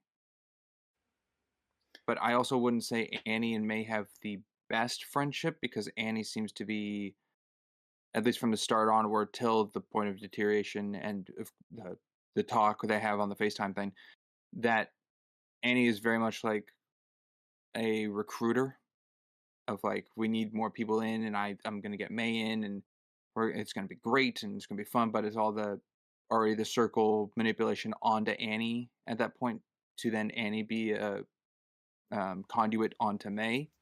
So to me, that felt a little bit of like a toxic friendship to begin with. Well, Annie's a bit more than just a recruiter. She says at some point that she's running around to other countries to try and promote something for the circle. Yes, but I don't. It's not like constantly where she's like, oh, I got 20 more guppies from this location, or she's not bringing people in. She's spreading word. But it doesn't really fixate on what exactly her job is, other than to go to different locations and talk about Circle. I don't know where I But wrote it it is getting her down. face out there. Yeah, but I feel like it's more than just transactional. Of I got May, now the company's better. I mean, she calls May's mom. There's a friendship there. She had to know her before the job, so they've been friends. When she's in Scotland, May was able to guess Scotland before she said Scotland, so she has to know her personal for that info. So I think it is more than just a surface level like transaction of the company. She helps her dad with the medical band. That's not required for the job. That's just her trying to help her friend. So I think it is a bit more than Okay, I agree with some of your examples, not all of them. that. What did you disagree with? Karen Gillan has a Scottish accent. It's pretty easy to know where she originates from. So the Scottish Profiling name doesn't much? need to be like from. Calling mom on the phone, I feel like a lot of workplace peers could do such a thing. It's like, who are you on the phone with? Oh, my parents, 1 sec. And then it's like, okay, bye, love you. And then they're like, all right, bye, mom. Like that kind of like jest in the work environment. Yeah, but for that just to mean anything in the work environment, you would have to be a friend. Because if your coworker's just trolling you, you're gonna give them an odd look. Yeah, then it's awkward in the situation. Best I have is when they're in the elevator and photos of them from the past are showing up on screen. That tells me that they've established past. Oh my god, the memory store from Doctor Strange is back. Fuck. At least this one has a better explanation. Though Yeah, I think it's, it's wild. I still don't understand its implementation. at least we don't get a Major fucking. breach. At least we don't get like a character's backstory from this. This is a part of who they Yeah, are, not their whole it's like a being. environmental Bluetooth connection. Yeah. All right. So, Sprinks.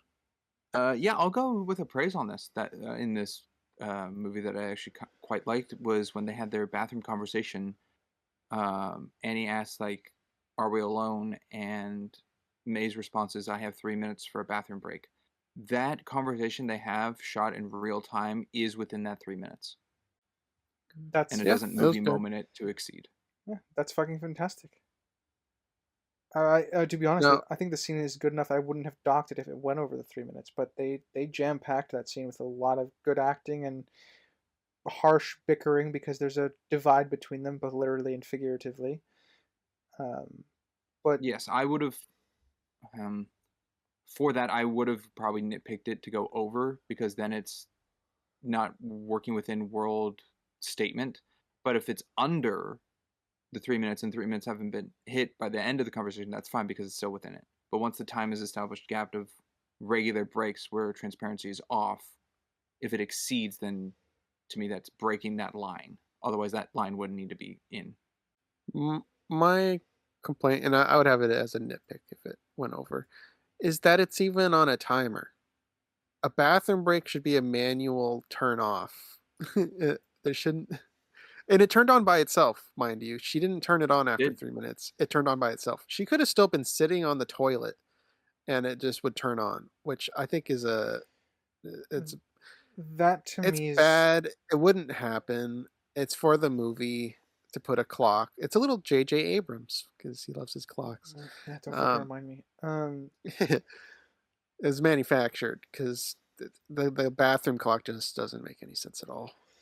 Yeah, that is also my biggest complaint with the scene as well. I have no issue with the character stuff. I have issues with the world building and I guess the plot. Yeah, I mean, does she get a shower clock, a get dressed clock? I mean, it just makes more sense to have her manually turn it off, which she does later, anyways. that's So yes, I but don't that's more really in the get it. vein of going with the sense of privacy, which May is not. She is more the what was the line that was said? Hang on, I wrote it down. Oh, it was in Act One. Hang on. Because knowing is good, but knowing everything is better. So, the sake of being public to all, even in the terms of situation at hand, it wasn't until like the the parents on screen situation, or there's any situation that makes her reflect more on the privacy need, or even Mercer, but that's a little later. It just seems like the more that's public, the more that's okay, the more that's normal. It's like in situations of like restaurants where people like cover their mouth with food, or like turn away when eating, or something like on a first date, or something like, to impress the other person. Everyone eats. Everyone eats food. It shouldn't be something that should be so embarrassing to do, but it's public and it's perceived by others. So something like this, like being in the bathroom, I'm sure she'd be like, "Oh, my time is up. I'm washing my hands here," because she has that a little with the brushing teeth. Where it's like, if you're enjoying this, I'm concerned for you. So I think she's definitely more mindset onto the public eye being okay than the secrets or lies privacy life. Because it would be like, "Oh, you caught me in the bathroom," but everyone uses the bathroom. Nothing wrong with that. I think that's her approach if it did happen. Oh, it shouldn't have happened. Is my thing. The design of it. I mean, we are to believe this is dystopian, like, oh, they want to know every single thing. It's still a real world, though. I mean, they can't just put a timer on a bathroom break. It's not. That would get Oh, they pushback from shouldn't. anybody. No, that's just. It's just for the movie's drama to put a clock on their conversation. The fact that it turns on by itself on a timer, and it's not like an alert, like it's been 3 minutes. It's been 3 minutes. Turn me on. That would make more Well, sense. to me, it But also it goes into turning on by itself. how did she turn it off? Is it voice activated? Is there a They didn't button show on that. it? Because turn it on itself is like is self integrated timer to hit that mark, boots back up. But how does it boot down? Is it like, oh, at 1 o'clock today you have a 3-minute bathroom break, It's so weird she has to be in the because bathroom later again? in the film, right, when she puts it back on after having it off the time, it just turns on immediately as soon as it's attached to her. So maybe the way to turn it off is literally to take it off, because if it's a sea change camera, we see that like it's off until it's attached to something. Like the one that gets attached to True, but that Mercer's could be car, that camera's not working until it's attached to Mercer's car. well, it could be motion activated thing. Like picking up a phone, the screen of a phone turns on. You didn't press any buttons.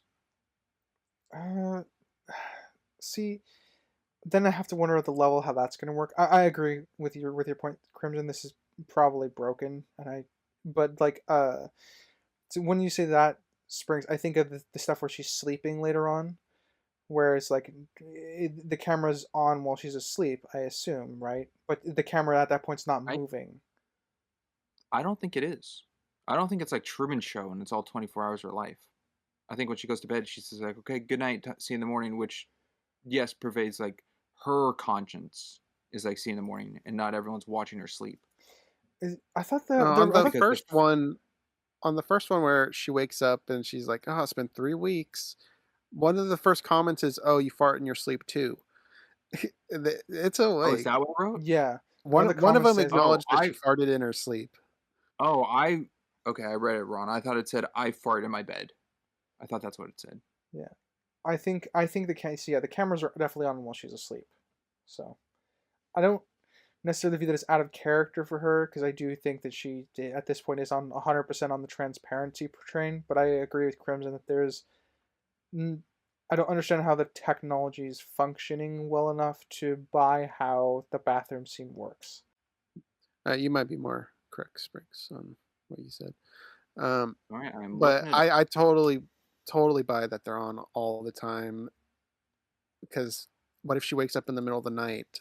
They would just be on. She wouldn't have to turn it on. It's already on watching her. So, yeah. One of the really dumb things I hated about this movie is Ty explicitly explains to her, "Nope, you can't tell me you know me, you can't tell me you met me, etc., etc." We cut away from that scene to her sitting at her desk working, and all she has on her computer screen is just looking up who Ty is, where he is, like reading articles and stuff like that. I'm like, in the company like this, I think it's a very dumb move of her to do that. In a company like this, I cannot believe there's no security cameras going to their server farm of top secret stuff. There is that I too. Yeah. He had to go through 2 layers of security to access the doors, and there's no records of it. I mean, I don't even get No, how this happens. people just have access to things in this movie. Like, I don't understand how May, being the face of like public display, gets access to just go wherever she wants, and then is able to get the end result of this movie. Well, it's the transparency that they claim they Yeah, have but as a company. Yes, but is the transparency of that for Bailey and Tom to do? What do you mean by Like, that? that's a third act thing, but just like them, the transparency of everything being there, but they have such secret things of being hypocrites of their own. How is that picked up, being that it's in the server that then Ty is able to get to be able to put out? Yeah, we'll get more of Yeah. that next thing. I did look it up, the thing though. We're both have half points here situation. Exactly at an hour mark, the comment says, "I like to fart in bed." So not necessarily directly to May, just a random comment, which I do give props for this movie of doing the thing where not every comment is related to May. Some of them are just incoherent or irrelevant to the situation. Or the at chat hand, having which, conversations with each other, because that happens too. yes, that seems very fitting, very fine. I like that. And But the other foreign hand stuff is, because it's streamed global. yes, it seems her transparency camera she wears on her desk is not active while she sleeps, yet the surveillance in her house is active. Yeah. By that, yeah. She takes it off, puts it on the nightstand, whatever. Yes. So it seems that camera does turn off or just is not shown. Yeah, and a nitpick, because I 100% understand the reasons, and I wouldn't want it in the movie, but the camera is way too smooth when it's POV on her shirt. Whenever you're looking at her with it on, it's like bouncing and jiggling and swaying side to side. Oh, But yes. whenever There should it's a be POV, it's smooth. It would what's be the toggle setting in games called? Head bob? Is that it? I think that's what it's called. Head bob. Yeah. That should be more prevalent on the camera. It's not For there those at all. things. No, it's even Yeah. it's not to make motion sickness. the thing is, like, because it's worn on her sweater typically, like, clothes move more than the person inside them.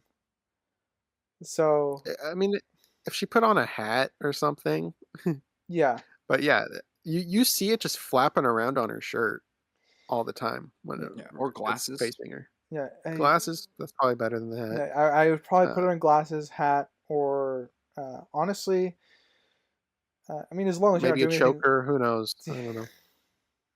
Choker, that's wild. Yeah, That would be stationary. I hardly know her. but So yeah, nitpick, get the purpose, but practically doesn't really relay reality. All right, or a writer. yeah, I'll go to Mercer's, I think, worst scene, because the ADR in the scene is awful, but also so is the acting delivery, which when she comes to complain about her posting the antler lamp. To be fair, the antler lamp is made of wood. I think he explicitly says that, so it is kind of her fault that everyone thinks that he kills deer. um, and it's just it's a scene that's supposed to be really important to the divide now between their two worlds. And the issue is that because Mercer's acting is really terrible, it comes across as it doesn't hit me. I guess is how I would put it. I think the scene needs more to function because of that. Sprinks, you got anything before I add my thoughts? The timestamp being 46:51 to 54 of Mercer's bad ADR. All right. Yeah, it's tough because I think the lines work here. As we said, it's mostly probably the performance that's lacking from this. I like the concept of it where it's an innocent post by her, but the internet does what the internet does and it latches on to something. And in this case, he's a deer killer and it's held over him. Unforeseen consequences. I like that they did that. The thing for me is because the circle's so culty and over the top, when they come to him like at his cabin and they're like, dear killer," I'm like, okay, you're getting into like cartoony parody now, just a little bit, even though there are people like that in real life.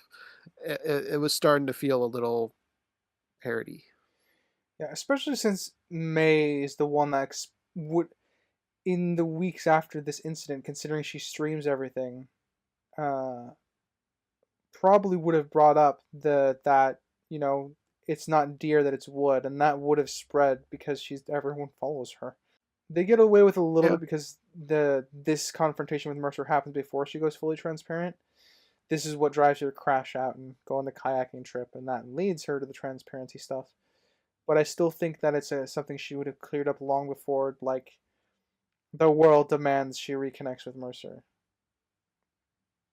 Well, she said she can fix it and make it better, and then we don't see her try to fix it and make it better. Yeah, she decides to go crash out, is what she does. Right. Any more to add to that, Sprinks, or would you like to jump to something else? I can jump to something else, which I think to me was the scariest pitch in this movie, is putting trackers in children's bones. That treating them like cats and dogs. Cattle. Yeah, but do they take them out? Is that through life? Are people now just No, tracked? that's just the evil part of it. Is it's for the kids, but then the kids grow up into adults, and then we can spy on the Yeah. adults.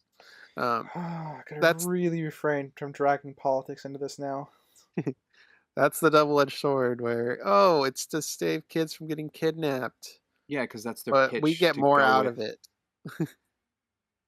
Yeah, Yeah, a and lot I of can this tell that is lady is passionate about it. That's what she wants. But the corporate side of it's going to abuse her well, altruistic yeah. side. May laughs at her, and she goes, "Wow, Yeah. do you really want children to be raped?" And it's Yeah. like, "Geez, Louise, lady." Yeah, it's definitely an absurd stance to take. That's why May is last, because May is still close to normal Yeah, at that point in the just film. sugarcoating all this evil. And I mean, without getting too political, that is the justification for a lot of things involving censorship and uh, restricting people with like IDs and stuff like that. Looking at you, Discord. Just the idea it's to protect kids. It's the one thing that everyone trots out, and how they propagandize like surveillance to a dystopian degree. So that's a very, very common tactic used in world governments. I mean, freaking YouTube has YouTube Kids. That's a separate app. Yet they still did the what was it? Not it wasn't CAPTCHA. What was the thing that they rolled out for the children protection thing? I don't remember. But anyway, they heavily restrict standard YouTube, which is supposed to be for not kids, when they have an app specifically for kids. So it's restricting everybody else. There you go. Yep. Dystopia sucks, everybody. And there is my political statement for the day. There you go. The parents putting on a performance on the TV when he had like the red circle shirt, and it was like, I think that was on her 3-week thing where she Yeah, when turns on she the checked TV, in the morning or with maybe them. that was Yeah. later. Yeah, and I think that was good acting on the parents' parts, where you can just feel they're being supportive parents and they don't want to do this whatsoever. Well, there's Like, that aspect oh, to it hi, potentially. honey. There's that potential aspect to it, right? But also the fact that maybe the circles really is helping out her family with their condition, with their father's condition, because that's the whole That's point. true. So it might be they might not be Level enthusiastic about obligation. the yeah, they might feel obligated to do that as well, which is another underlayer going on. Yeah, so I think they did a good job. Actually, I think the parents acting throughout is good. Alrighty, Sprinks, you can add on or move on. I'll move on to something. The part where Ty and May are in the old subway tunnels and looking at, I guess, like the servers or the storage, I think is probably the weakest written scene in the whole movie. That is the writers needing a delivery for the information the audience requires. What Yeah. scene, Springs? Sorry. When Ty takes May all the way down to like the servers and then shows the old subway tunnel, where he goes, "I've tried to explore it, but it's a little wet down there." Yeah. I was. And he's like telling her like, this information, and you're one of the good ones, and then immediately 180s his mood to be like, "Well, I thought you were different," and kind of thing. And I go, "What is the right? This is just to convey this exists, but the character's motivation is very weak. May is confused, which I guess is the safest to put her in because she's unaware of this, but Ty's explanation to May to even trust May because of one conversation at a party and where she is now in the circle, it just seems so loose to just speed up a plot point. And I think that's one of the bigger things there is I don't know why he picked her. Nothing, the Yeah, I don't conversation know at the either. party is nothing. That's just Yeah, he walked banter away talk. from her. So now, all right, I gotta tell you this top secret stuff. Why? She's one of 100 guppies. How's she different from all of them? At the one point he interacted with her, uh, they needed to establish his motives way more. 'Cause I don't see why he showed her. She didn't even have a level of power yet when he showed her that. That's probably why he So felt it's not like safe. she could have done anything about it. It's probably why he felt safe to do it because he obviously Ty wouldn't do that with her at a certain point in the film, especially when she starts going transparent. It But also once has she drinks the bad Kool-Aid, ADR work. yes. Anytime it doesn't show John Boyega's face directly on. Mhm. His mannerisms and his head movements and everything do not match his words. Yeah, it feels like one of those scenes that was edited. ADR'd. Rare, do you have anything to add? Springs and I kind of talked about it. On this scene, no. I'm kind of in agreement. It kind of felt a little out of place for May. There was a better way, I think, to convey this information that would have been something more character driven for both of them, but I get why it's here. I just think any scene needs to be stronger. That's pretty much my only takeaway from it. Any reason to why Ty picked her? Well, I mean, there's the connection that they have, that they're both not fully drinking in the Kool-Aid. I think it seems to be reason enough considering everyone else at the circle. Why does he need to relay this information to an employee? Why can't he be a whistleblower or something? What's stopping him from doing that? As far as I can get, his motivation is to try and remake the circle from the inside, leading to why he helps her at the end. But I can only infer that as a character trait because I agree there's nothing direct. Yeah, I don't get anything that says his motive is to fix the circle. Well, I He mean, just hates the direction it's gone. well, yeah, well, That's all we really get out of him. yeah, well, I mean that's what feeds into remaking it at the end. That's the whole reason he signs up to help May at the end. Well, that was May's idea, not his idea. At Well, this point, we don't know if his idea is to restructure, to well, destroy, he's to it, we don't know. it comes across as May has the voice and the presence at that point because he doesn't have a social presence, so no one's going to listen to someone they don't recognize. He could claim to be Ty, but he doesn't have a persona or following around who he is and what he is while May does. So I think it's a perfectly reasonable inference, but What do you think, Sprinks? I don't know. I just feel like there should have been more. The perspectives on May in this movie, being she's like the main character and protagonist, but Ty's motivations to trust May to do such a thing just seems off from one interaction. I will say this is also. I mean, I don't think that I think this scene is not great. I think it's forced, but I'm fine ultimately with him doing this because it feels it's not out of character for him to, even in retrospect, to have done this. But I want more justification to why it's in character. Does that make sense? Yes. Because I can infer the character reasons, but I don't have the foundation for those I mean, reasons. I guess would be how I phrase it. why? Even with Ty, why even share this with May if this is not his plan at the end? It's May's plan at the end to use Ty's help.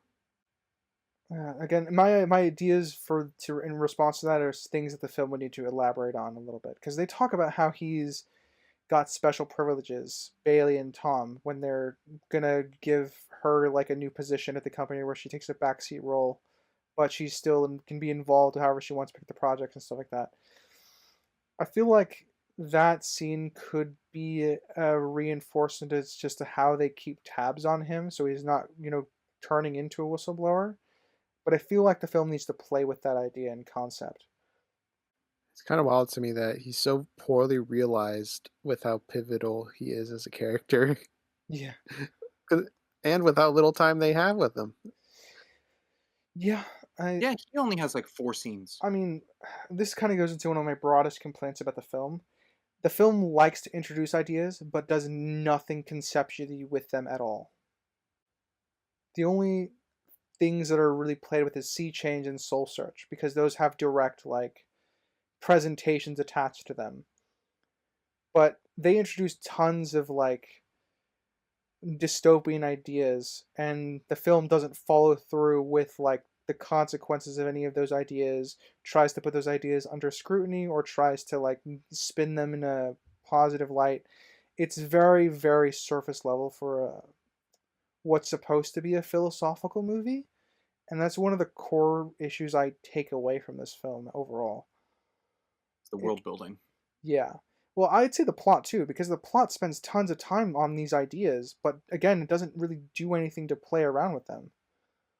Well, no, I think the ideas are more of May's intake and hearing from her perspective, but she doesn't go to her way to see more of the expansion of such an idea. And being that that's not our focal point, it won't be coming across to the audience. And the movie isn't going to break from May's perspective.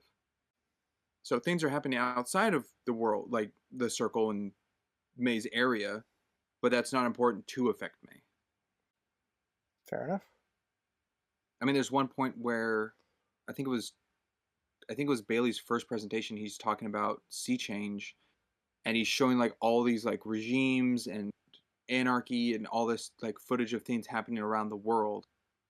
And that's the closest we have to people being affected by Circle and what it does to the world to change those environments.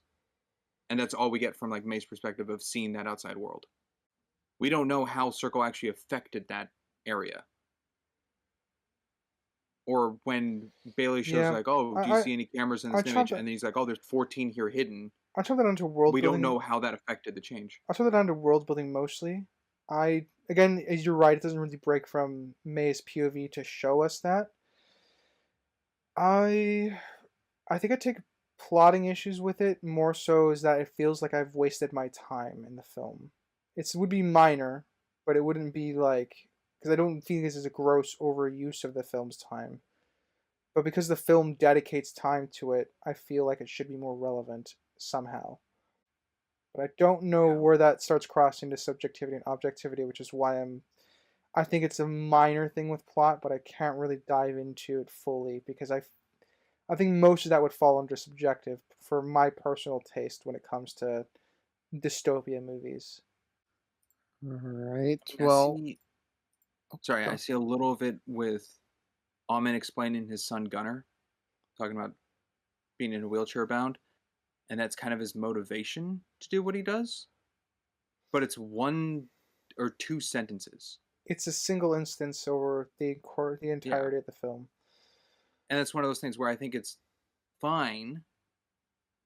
Not, I guess not necessarily, well, one could argue, like, what is his motion anyway to do any that, like, Bailey's purpose of all, and, like, that's the explanation of it right there, but more is certainly wanted from that. Why not find a cure for it? His cure is to find surveillance, so if there's a problem, it can be detected. Well, the Gunner example was him giving his son eyes to experience things. That was his word salad for that. Yeah, but I feel like they could have definitely expanded a parallel of connection between Bailey's son Gunnar being wheelchair bound and May's father. Yeah, outside of just Bailey caring or claiming to care for the family, that's about all you get. They could have tied him. I don't think it's necessary, but it's a layer they could have added No, it's to it. not. No, but it's just another element that could have strengthened the emotional tie or bond of this film, especially from its main character and its antagonist. Let's see. What was I going to talk about? Assuming you guys are done with that. Are you guys done with that? I am. Yeah, I don't Okay. have anything to add. All right. So this is going to be another brain picker one because I don't think there's an answer to this. So, do you think that May got to a point where she should have or would have turned in or talked about Ty to Tom Hanks and Patton Oswalt? No, Secrets are lies. You don't think she ever got to that point? I think that would have changed May, Um, being a rat or a tattletale. I don't think she's. when See, she that's goes why it's weird. Uh, Sorry, go on, Ryder. when she goes fully on the transparent train and she's like clearly believes in it, she's doing the whole soul search stuff. The whole soul search bit, I think that's at the point where I think she would have ended up talking about Ty, but we don't really see I should her. have looked for Ty. We don't really see her interact. I mean, that's. I feel like that's what the audience would have said instead of Mercer, given that Ty is super important to the company and like the circle itself, and And they all the always talk about circlers no would one know knows what that. he looks like. Yeah. So that too. So it feels like that's something that would have occurred, but um, meandering now. But I, I I feel like he would have uh, figured it out. Or sorry, that's the wrong phrase. Um, at the point where she has reached for her character to want to maybe reveal Ty to Tom and Bailey, I feel like that part of the story has been she doesn't really have any reason to. I guess is how I would look at it as a character thing for her. Unless it became relevant, then I think she would bring it up because at that point where she's fully on the transparency train, I don't think she would care about being a rat or not. It's secrets or lies. But the film doesn't really address it because it doesn't become relevant for her character after that point. See, the reason I'm iffy about it is she's clearly full Kool-Aid by the time of the searching thing. Then she gets challenged because of Mercer, but she's full on Kool-Aid. She's pitching the voting stuff. She's participating in everything. Her whole life is the company, and she's holding on to something that could affect the company. She knows Ty is against the interest of the company as it is now. So I see kind of every reason for her to talk about Ty, and because in her eyes, he's against the company's interest in some degree. I mean, that just falls under I I think I need am. more from Ty's character because from her perspective, Ty is a friend. I'm putting that in quotes, but again, it was never relevant for her to bring up. So if it was the crowd that shouted Ty's name instead of Mercer, it would have been interesting to see that confliction because she might have been more easily swayed. But they went right into Mercer, so I feel like that's something. If they were going to present that conflict, that would have been the time to do it. I don't know. It's just um, Bailey said that it was May's line that secrets are lies. That was her, but she's the one holding the secret here. She knows something. I don't like how they're portraying it. I guess is what it comes down to here. But it sounded like you were going to jump in there a moment ago, Sprinks. You say Just something. being that Ty's introduction saying that he is the one who created Sea Change tells May that, okay, he is a part of this. So he's not fully in secret. I think if the crowd shouted out Ty's name, she would have been on board showing that because she believes it a friend, more so than Mercer, who's deliberately told May to keep him secret and not breach his privacy. And then later the conversation on the stairs with Bailey and Tom telling May that there was someone like her named Ty, and they already gave that position to like what they're doing with her. So she knows at that time that they know of Ty. So all that I see flowing weakly, but flowing fine for May not to breach a secrecy or privacy onto Ty. Well, that It can talk on be the in stairs about her. Ty was after Mercer's death, which is when she already gets a crisis of the company view. Yeah, I can see it in her mind already an assumption that Bailey and Tom being working on Circle and Ty's the one who created it, the sea change and everything, that they're all just working together. And then Ty is just doing it differently where he's getting more maybe a hands-on being at the parties because Bailey's not at parties or Tom isn't, going to yoga classes and stuff like that, but Ty is there. And so it's like his aspect to be with the community of the circle of the business to see where that's going. I think that's incongruent with him being secretive, taking her down there, taking off all the surveillance, then telling her not to acknowledge that this ever happened. That's not corporate. That's not how business is conducted. I don't think she'd view it as, oh, he's just another member of the higher ups and he's just teaching me a new thing about the business. I think it would have flowed better if she went to Bailey about it directly, just a one-on-one. And whether Bailey had that surveillance and publicly put out without May knowing or actually kept it one-on-one and did it on his own hand, I think that would have been better than May doing it herself to put public. I mean, my final bit on this is kind of half a joke, but also half of how I view this movie, which is, what? The movie doesn't follow through on one of its ideas? Shock, shock. Wowzers. How's Act 2 looking for both of you? I have one more, it looks like. I can keep going, but I can limit myself to a couple. All right, then you're up, Ryder. I'll go with the May walking in on the parents. Ooh. I Hey, Crimson, I'm out. Well, in that case, I'll save it for you. In that case, I'll do the when she's getting her interview on stage, about her kayaking incident. Well, actually, minor one, so I can just get a bunch out of the way. She didn't wear a life vest, and she's a frequent kayaker. Quick question: was she in the wrong? Was she delirious enough in like her angry, broken state of mind to forget to wear a life jacket? Don't know her well enough, but I'm leaning no. Maybe because priorly she went out kayaking to cry over the news of her father, and this Yeah. one she's not crying or emotionally yelling or anything. Out there to escape.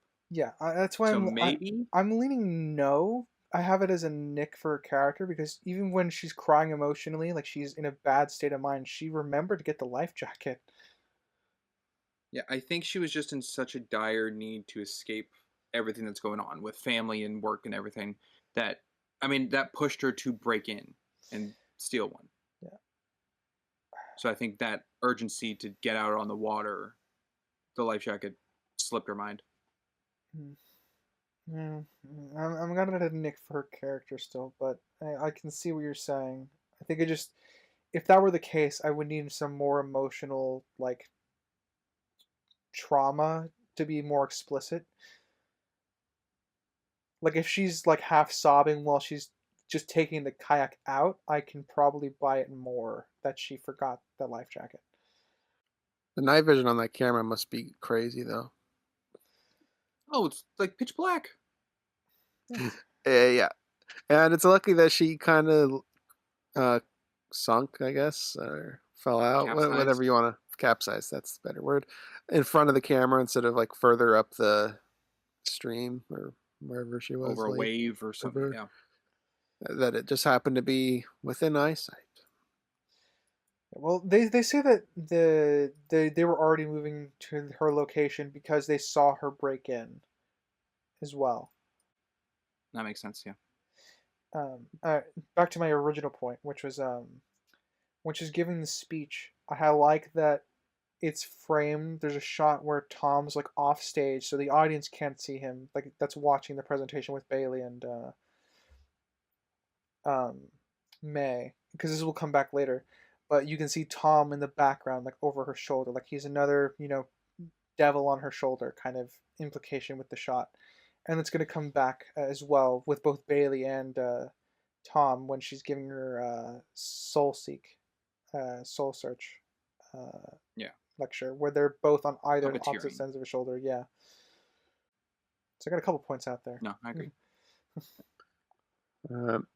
One for me as when she steps out on stage to talk about the full transparency thing, we get a POV shot of her approaching on the stage. And at the time, as a viewer, you don't know that she has a camera on her. But it's later then revealed that she was wearing one because she's the first person to go full transparent. Is it a negative that they kind of hid the UI of the camera so that the reveal is a reveal? Because whenever you have the POV, you have like the red lines and the live button in the corner or icon in the corner. To clarify real quick, it was absent. To clarify real quick for you, Crimson, they say that they specify that she's the first circler to go full transparency because the politician went full transparent. The senator. So, that's the point, though. Is it against the movie for hiding the UI for the reveal or not? It turns it into a movie moment. That would be how my takeaway. The audience. Yeah. I think it's fine. I can see the camera being on and not being outputted. But not outputted, huh? Okay, that's a fair way to look at it. So it's like the camera It would still have the overlay, it just wouldn't have it being live. The camera lens would... so we, the audience, can see that it's on and active and going, but they just haven't started the transparency broadcast yet. Well, my counter to that is we're just seeing for the POV of the camera lens that isn't turned on at all yet. But why isn't it turned on? That's what I was saying. Maybe. Well, because they haven't started the live broadcast, so why would it need to be turned on? My point is that Crimson's point, right, is it's a POV shot from the camera. Could it just be that we're getting the POV from the camera lens, but the camera lens itself isn't on? So we're still getting the POV of a camera lens that's turned off, is what I'm saying.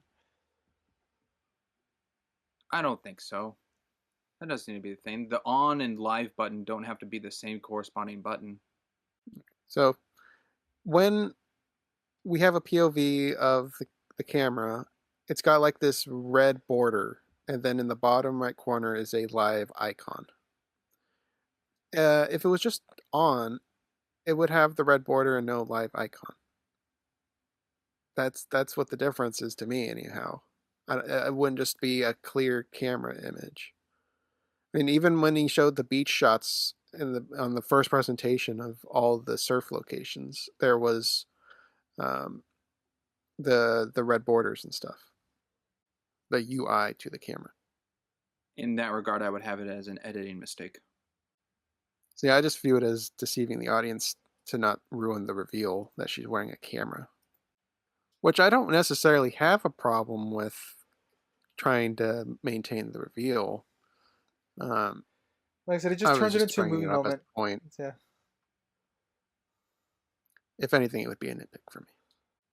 All right, and Sprinks, I guess you can talk about your final and favorite part. Well, what I had was when the parents came on, she turned around, so her camera wasn't looking at the screen. But why not click off the feed or turn the TV off? Because the noise of what's going on is still being outputted into the live stream. I mean, I think the turnaround's fine as like a knee-jerk reaction, but after the turnaround, she probably could have turned off. Slight shock. She's trying to address her audience in the situation at hand. Turn it off. Yeah, I think it's played off as mostly she's in shock for the moment. I do wish we saw her fumbling to turn it off, though, after the shock went away. And you gotta love the comments that popped up. Freaking internet. Oh, well. The therapy bills. It's gotta be one of my favorites.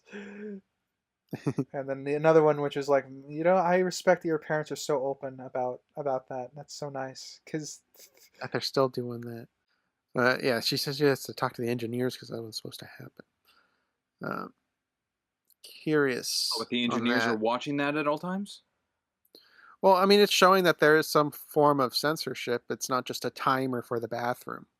That there's some sort of program that they don't dive into, which kind of goes into what I was saying about like blurring faces and stuff. That there is some form of censor, but they don't dive into it, Funny and I enough, think it should. Because f- privacy is not the focal point. funny enough, one of the ideas that came to mind for how they would fix this is that in the anime Solo Leveling, there's a point where there's a cameraman that goes out with a bunch of hunters, but so they're broadcasting live what's happening on the hunt in Solo Leveling, and but that camera feed has a 20-second delay for the viewers at home, so that if something particularly violent comes up, that they can the media can stop the broadcast. So in theory, that's probably what the engineers should do to fix this. But as you said, Sprinks, privacy is not really the goal. Publicity is. All right, I guess my last point, something I found pretty amusing because it's very real, is sending frowns to the regime. That Uh, was so goofy. it's funny and sad because I see that stuff all the time. There's so many people that think like their social media presence matters in the grand scheme of the world, and this was kind of a funny jab to me about acknowledging that. Yeah, what was it? We sent like 500,000 frowns. Let's see them try to do the regime on that or something. I went, what? Uh huh. Is that how this word works? I mean, there are social media accounts that definitely do matter. Like, if your governors and presidents and people all us announce stuff through their social media sometimes. So like, they Well, sure, that's an official capacity. This is like a collective group of people online thinking they have sway from their downvotes. yeah. I mean, that's how you express your dislike. So they might not have sway, but they want the people to know that they dislike what they're doing, which is very fair. I don't really hate on people for doing that, but it is kind of a funny jab at people doing that because it happens. You're right. It's very common. Well, it's even funnier that they chose regime. It could have been something a lot different, but they chose regime, which kind of invokes like a Fascism dictatorship of some imagery, yeah. sort. Um, and which point Browns would do literally nothing. That's what just kind of made it funny. All right, I'm tapped out, writer. I guess your opportunity for one more if you've got any. No, I rapid fired a couple out. I'm good. All right, on to Act 3. So from the Annie bathroom to the end. And I will start this one because I haven't started an act yet. I'm going Please, to talk drummer. about. I'm going to start at the ending here. Okay, phew. Didn't take what I Yeah. thought you were going to take. Uh, uh, this ending. I'm fine with open endings, and I'll say in a broad statement because there are some I don't like. Um, this I think is okay to have an open ending, but the way they delivered it sucked. The way that Tom and Bailey's like, "Oh, we're screwed," and the That's audience not what they doesn't say. know. That's Yeah, not what they say. I'll quote it. I'll quote it. We're so fucked. Uh, It was a um, quote. I thought Crimson could do it. no, I mean, I still want to refrain when I can. Hmm. So that was terrible. The audience, us, don't know what their dirt Yeah, is. what are they screwed over? What's the Well, dirt? And that sucked because I really liked her pushing on them. They're like putting their own product against them. I actually smiled when she pinned it on them, file them like of in real life. hypocrisy. I was like, oh, this is going to feel so good, and I felt robbed. You felt It was nothing? like, Yeah. well, I guess we're Yeah. dirty. Oh man, Meanwhile, shoot, they're out, and it's like we'll rebuild, and then kayaking with drones. yeah, and then meanwhile through the film, us as an audience, we see it as a dystopian thing, but Tom and Bailey are presented as doing it altruistically. I don't see them cheating things. It all is through the lens of altruism. Yeah. But To- now the ending's like, oh nope, they were bad, they were dirty, they were hiding things. And what were they doing? yeah, like see, Were the they only selling thing their information the only somewhere? the only thing I could the only thing I could think of is like they're the ones who set up the senator that takes the fall. So like if that's that's what could be one of the pieces of evidence that comes up. So like there's hints, but there's nothing like obvious for the like us to sink our teeth into to feel satisfaction about their comeuppance. And Ty in this server room's like, it's much worse than I ever thought. I'm like, oh cool, I can't wait to find out what it is. Oh. Nothing. Oh, Oh. We don't know what it is. yeah. I don't Did- think did they the writers knew what it was.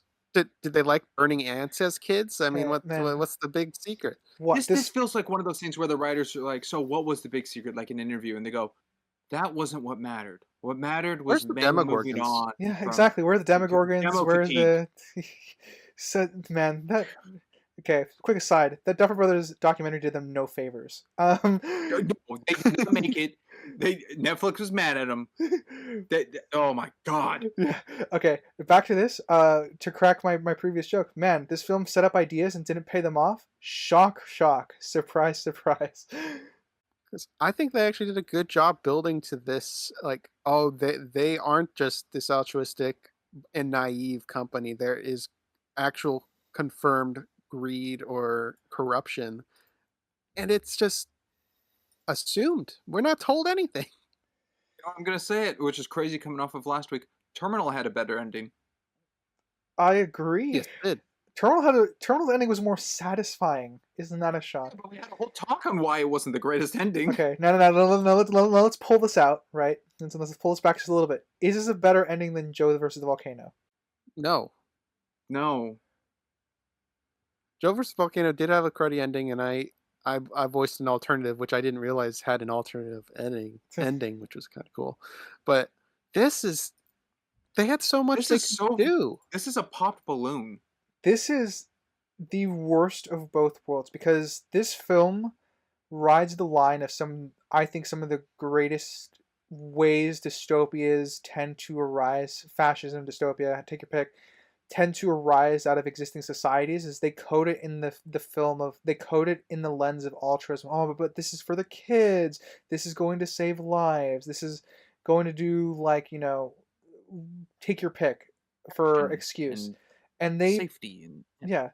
It's safety versus security. It's literally all the classic debates that come up about fascism, dystopia, all shoved into one bottle, and then you open the bottle and fucking moth flies out. There's nothing in there. It's awful. This ending.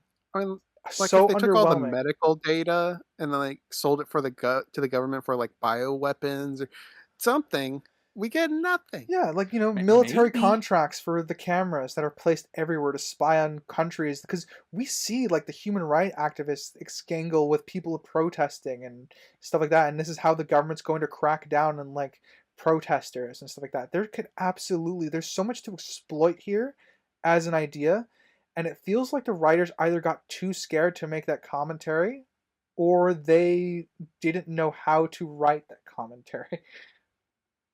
Or they're like, that was not the purpose of this movie. The purpose was No. for May to branch out on her own. Like, cool, you can do both.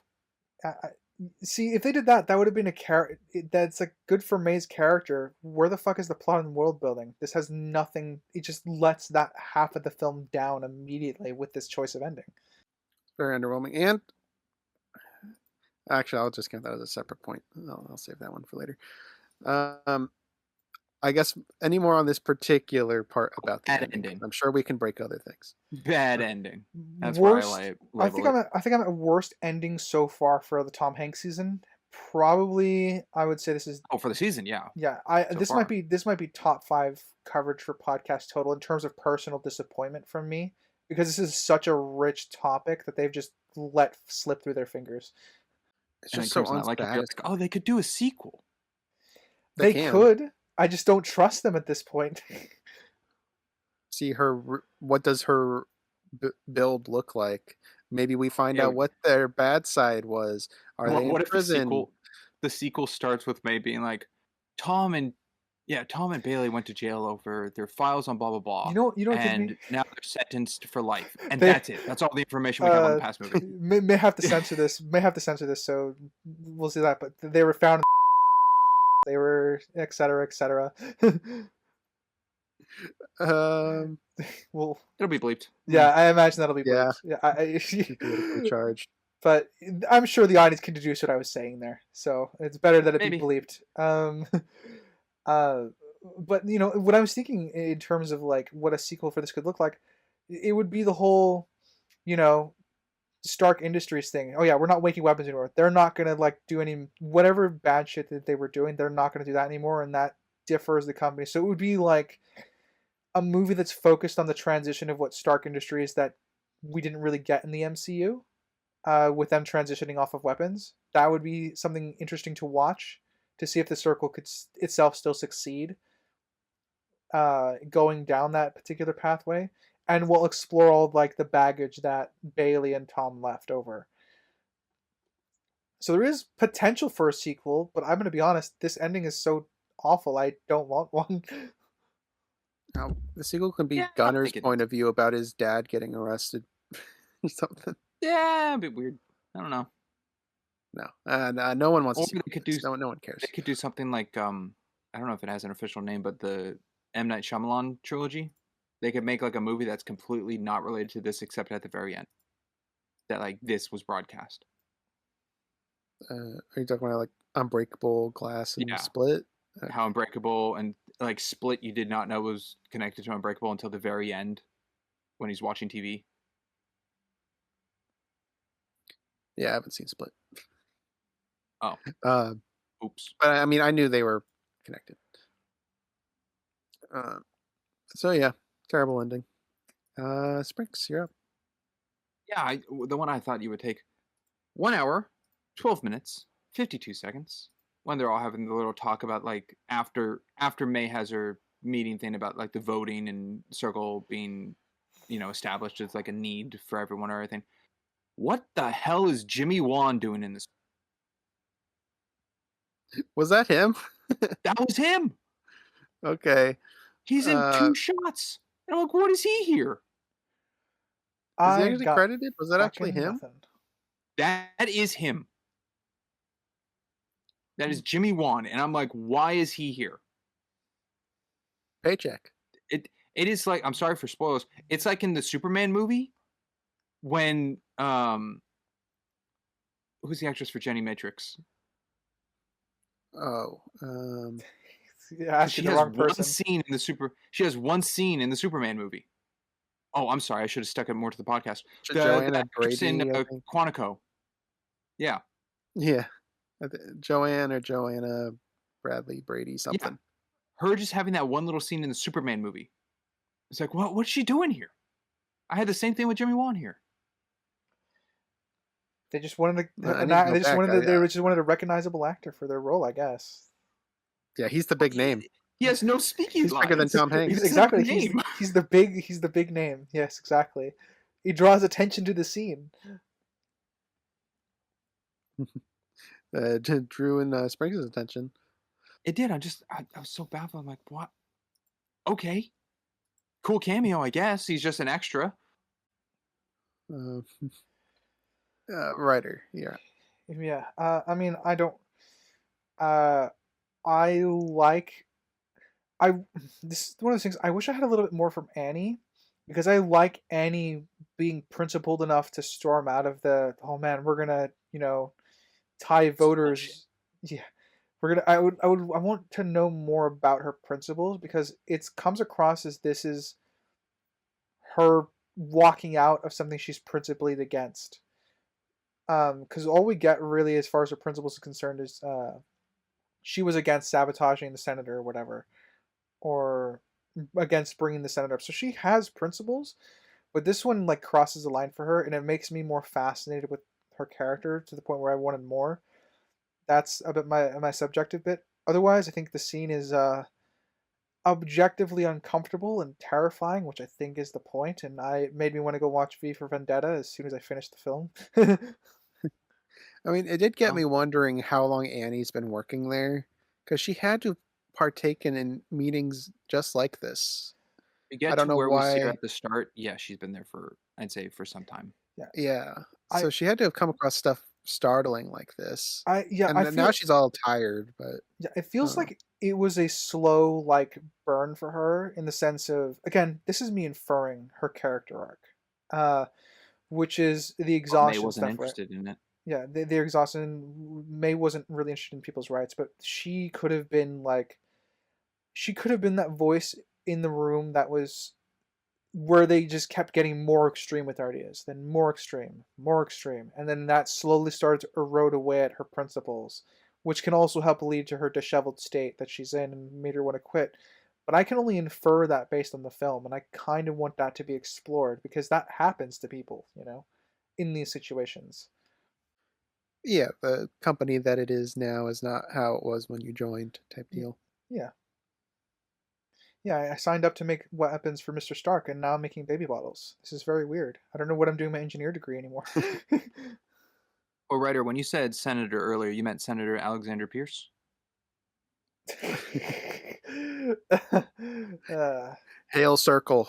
Hail Circle. Just making sure, Hail making sure Circle. everyone's, I mean, Good reference. I guess. Well, are you done with that? Before I jump to something else. Yeah, I don't think I have anything other than I do think the scene is incredibly well written because it gets across to the audience the dystopian factor that it is, but again, in the world, everyone loves it because this is the isolated company room of the circle where all these people just want to push for more. I mean, it's all being phrased in a good way. Yeah. I mean, we're helping people with easier access to voting, True and why not just democracy for the first time streamline in it? history. Everyone's mandatory voting. I'm like, Mhm. it's, ooh. So it's all framed in a positive light, but yeah, to the audience, and the way it's kind of framed with the camera as well, that it's a little eerie. Um, I think they do a good job with that type of stuff, actually. I feel like they stole. You guys probably won't get this reference. This is one of the times where the camera actually stood out to me. The camera angles here just feel ripped right out of Conspiracy, which, for those who don't know, is a historical movie that I will drag onto this podcast eventually. Of the Wednesday Conference, where the Nazis had, the villains of World War II just had fish over lunch and decided to plan genocide. So, that's what the camera angles I think are directly aped from that at this table. Yeah, I haven't seen Huh. that, but you have pitched it to me before. Yeah, it's 12 Angry Yeah, Men, I'm on but fire. fucking evil. Ooh, Tune in to when we cover that in the future. I am now intrigued. Yeah, that's how I would define it. It's absolutely 12 Angry Men, but it's just the bad villains of World War II planning genocide. It's a hard film to watch, and it's incredibly well written. Right? I have Point a I want to Nick. hear Sprinks talk about is his Nick. Yeah, smooth move there. The police, yeah, it's a Nick. The police, what's the word I'm looking for? Rendezvous Presence? time? How Oh, fast the police got to getting arrival. Fiona? Response. Their response time. Response time. Thank you. Well, She didn't leave the building. If This isn't like Minority Report. It's not before assuming the crime occurred. assuming the police station is tapped into the stream, I assume that would be how they found it. So like they but it can was within like a minute or two of. Yeah, by the Oh, time within a minute. yeah. by the time someone found Fiona was then by the time of like someone making a phone call essentially of finding. Yeah, someone could say I found And a the May. location wasn't stated. Yeah. It was just a live feed. So that would need to be picked up from the police to give out to ongoing patrollers on where to go. I just feel like it's way Yeah. too short of time. Yeah, I would definitely add another minute at least. Unless they're already in the building. but I That don't That's know what what I this was gonna building is. say. So We don't know the building, so there might that's why I be a don't have it police higher. presence. yeah. Yeah. The defense of this is like as soon as the girl says I found her, May, that could be the police already have that location. For all we know, the police are already instantly locked into who the person reporting to May is. So even before we see as an audience see the person that's responsible for this, the police could already be en route from that point on. So I am in agreement. It needs to be a little bit longer. I would say at least another minute, the chase sequence, or have other people try to make citizens arrests, that sort of thing. Because they can citizen arrest her and then police could walk in. You know, that could be something. Like kept saying, grab her, stop her." No, nobody's doing it. But yeah, it was a quick response, and I would probably also put that as a nitpick. Okay. Like I Um, get for the whole purpose of like we got her, this worked, we did, not in 20 minutes, but less than 10 minutes. So yeah. So May's, I don't know if I want to say turn, but decision to restructure the company at the end there. I'm still not fully on board with her through line to what get did to she that. do? Well, she realized that it was just part of the company that broke, so she needs to fix that part. If someone dies on an airplane, you don't get rid of planes, you just fix the plane. I don't see where the optimism came in to, oh, I just killed my best friend, to now, What's well, I'm only partially yeah, faulted for it. yeah. I mean, it's the thing is like what's salvageable about the circle as it is. One of the interesting things that I think the film should have played around with is because this comes across as like a company that has a bunch of geniuses working for it. So maybe directing all those geniuses to doing something more meaningful and good might be something worth exploring. But we don't really hang out with the company outside of social parties. Like if we had more business meetings, like this is a bad example, but to rip from Apollo 13, but if we had more meetings like where NASA and everyone is problem solving how they're going to get Apollo 13 home, if we had something like that in this film, we can see that everyone's working to the best of their ability to solve great problems in the world, and that's how the circle evolved into the company it was, I think I would buy her through line more. But as it stands, I'm kind of in agreement. There's nothing here, really. She's been in her room for 3 days crying because she just killed her best friend against what he asked for, too, stacked onto that. So it was more of a willingness thing. And then a chat with Annie then somehow flips her to be like, yeah, I can fix this. I don't know. It's just, it doesn't feel fully realized to get to where the ending is. No. Anything to add, Sprinks? Well, even the end, the movie is shown like her kayaking is a way to escape, to go into nature, get away from the technology of the world, be by herself to self-reflect, what have you. But these end thing with the drones coming down breaks that. Yet she's fine with it. Like she's the one now in charge and has put that in place. Like has she Is just now gone so restructured. far off? Yeah, so far off the end of where she came from that she's fully brainwashed now That's my reading of the end, is the drones is how she wants it to be. This is her to now keep people restructured. safe. Yeah, my Yeah. isolation is safe, being that it's no longer private. Yeah, so now everybody has a personal drone. Who knows? I don't know. They don't show that. But it is what she wants. She's happy about it. She's talking to people. I just don't know how she gets, oh, I and Circle killed my friend, to, no, Circle still's good. I need to fix Circle. Yeah, we'll There's cut no out like, these bad people. Don't know what they did, but It yeah. this is again this is something that I think Annie would have been a very useful character for. Annie could have been able to explain the better parts of the circle when she talks about how the company used to be. That could have helped bring her back a little bit, especially since they have sort of that conversation about the tech being fixed, and then you can see like hers like tech didn't really solve the problem. It's like it's an avenue that they could have had a conversation for that they just didn't explore. That's true. The Annie conversation is actually contradictory to her decision. Right. Yeah, And he's like, technology doesn't fix. So then May's like, double down, personal drones. Yeah. So it doesn't work. yeah. Doesn't What work. the film is not following through on its ideas? Man, shock, shock, surprise, surprise. Yeah. All right, first point. Yes. Why?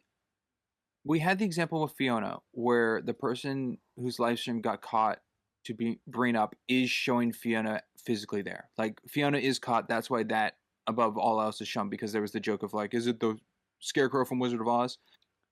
But the one that took the whole screen is actually seeing Fiona. Why isn't the same thing occurred when they find Mercer? Because it brings up a full feed of someone just being around where they think Mercer is, but we have no guarantee that Mercer's at. No clue. That seemed Maybe jumping the the gun. car gave enough probable cause to believe he's there. And they're like, all right, Maybe, this is but it. the same thing could be like, oh, I'm at his house or at his parents' house. Or it's like, okay, you're getting closer to finding Mercer. Or it's like, oh, there's a photo of him at this high school or something from him on varsity. Whatever have you. Like just other forms. Why does the one not actually showing his physical being of what they're looking for take hold? Well, I mean, it does show up hints of like where he's been spotted and at the cabin he owns and stuff.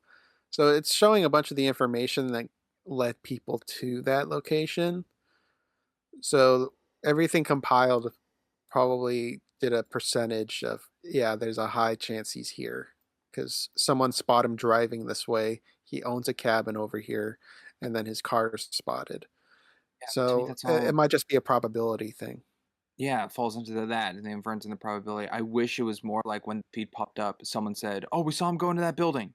So actually saying they saw him versus like, "Oh, we think he's here because his car's here." It's questionable versus assurance.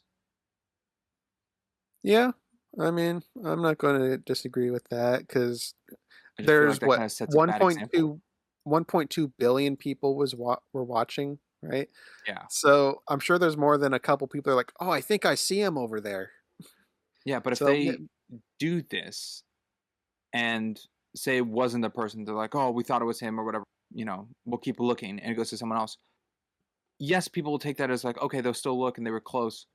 But there are a sum of people out there watching this with, billions of people that'll go, oh, it didn't work. Circle failed. And they don't want to display that on their first instance. I just feel like with the Fiona thing prior, they would have had more guarantee that Mercer's present to choose that feed from that person broadcasting. yeah, like I said, I'm not going to disagree with it. They just wanted to show how frantic and culty Yeah. the viewers of the broadcast are consumed by the product. I also couldn't tell, but an hour 24:19, when like the drones are chasing after the truck that Mercer's driving, is his window down on his driver's side? Uh, it's kind of hard to tell. It is, but I was trying to think because we can't see a camera attached to the window. And I'm like, okay, there's no camera. And it made me think, is the window down because of like if it was up, there would be a glare reflection that we can't see him driving? But we know he's already established to be in the truck. Why would that be needed? I'm not 100% sure. When they showed the camera in the car, I was already like, huh? I don't think there's a camera in the car. I think they're placed No. and like adhered on the outside windows before it Well, drove off. so that means it would have the sticky part of the camera would have to go on the Unless the lens. front of it is sticky. Yeah, which it doesn't appear that way at all. I don't know enough No. about these cameras. I think you could make the outside of the lens sticky, or they stuck it on maybe the rear view mirror, or there is ways to Would get be around it. But I match again that. I Yeah. don't know. Best I have is they adhere the camera to the outside windows on both the passenger and driver side windows. And then I guess even though he's driving fast and everything, the audio of May on the outside of the car is loud enough to be heard on the inside. He doesn't really acknowledge it. He's been betrayed. Well, yeah, after being portrayed one time and saying, please stop. And I wasn't a fan of how exaggerated this was too. This Oh, escalated a got a lot. drone fly straight into the front of his car, essentially causing him to veer off the bridge that just happened to be there. CGI also didn't look the great. on the car No, photography. 2017, that was actually bad. Yeah, that wasn't good. I But will again, say, the budget went into the actors. yeah, and I it's- would Presumably. presumably. I mean, May. I think once Bailey came out and controlled the conversation to convince May that she needed to do this, I think May could have made the opportunity to really double down and make it clear to anyone who's going to go search for Mercer that this is because she just says, "Oh, this is a friend." Remember that. I think she would have done Yeah, more be than that. She would nice. have laid down ground rules because this is a friend, not a. This is a civilian. This is not a criminal. That sort of thing. But she doesn't go that far, which bothers me a little bit. But I don't know if that's out of character for her to not lay down Even though ground she's rules. pitching 24/7 surveillance stalking. Yeah. Because setting boundaries is setting privacy, and setting privacy is against what the company's for. And that's lies. Yeah, And like they're it would against it would be a thing, Yeah. right, if she tried to and then got interrupted by Tom or Bailey. Like Tom started talking into her ear and that gave Bailey the chance to talk to the crowd, that sort of thing. I feel like they kind of did do that.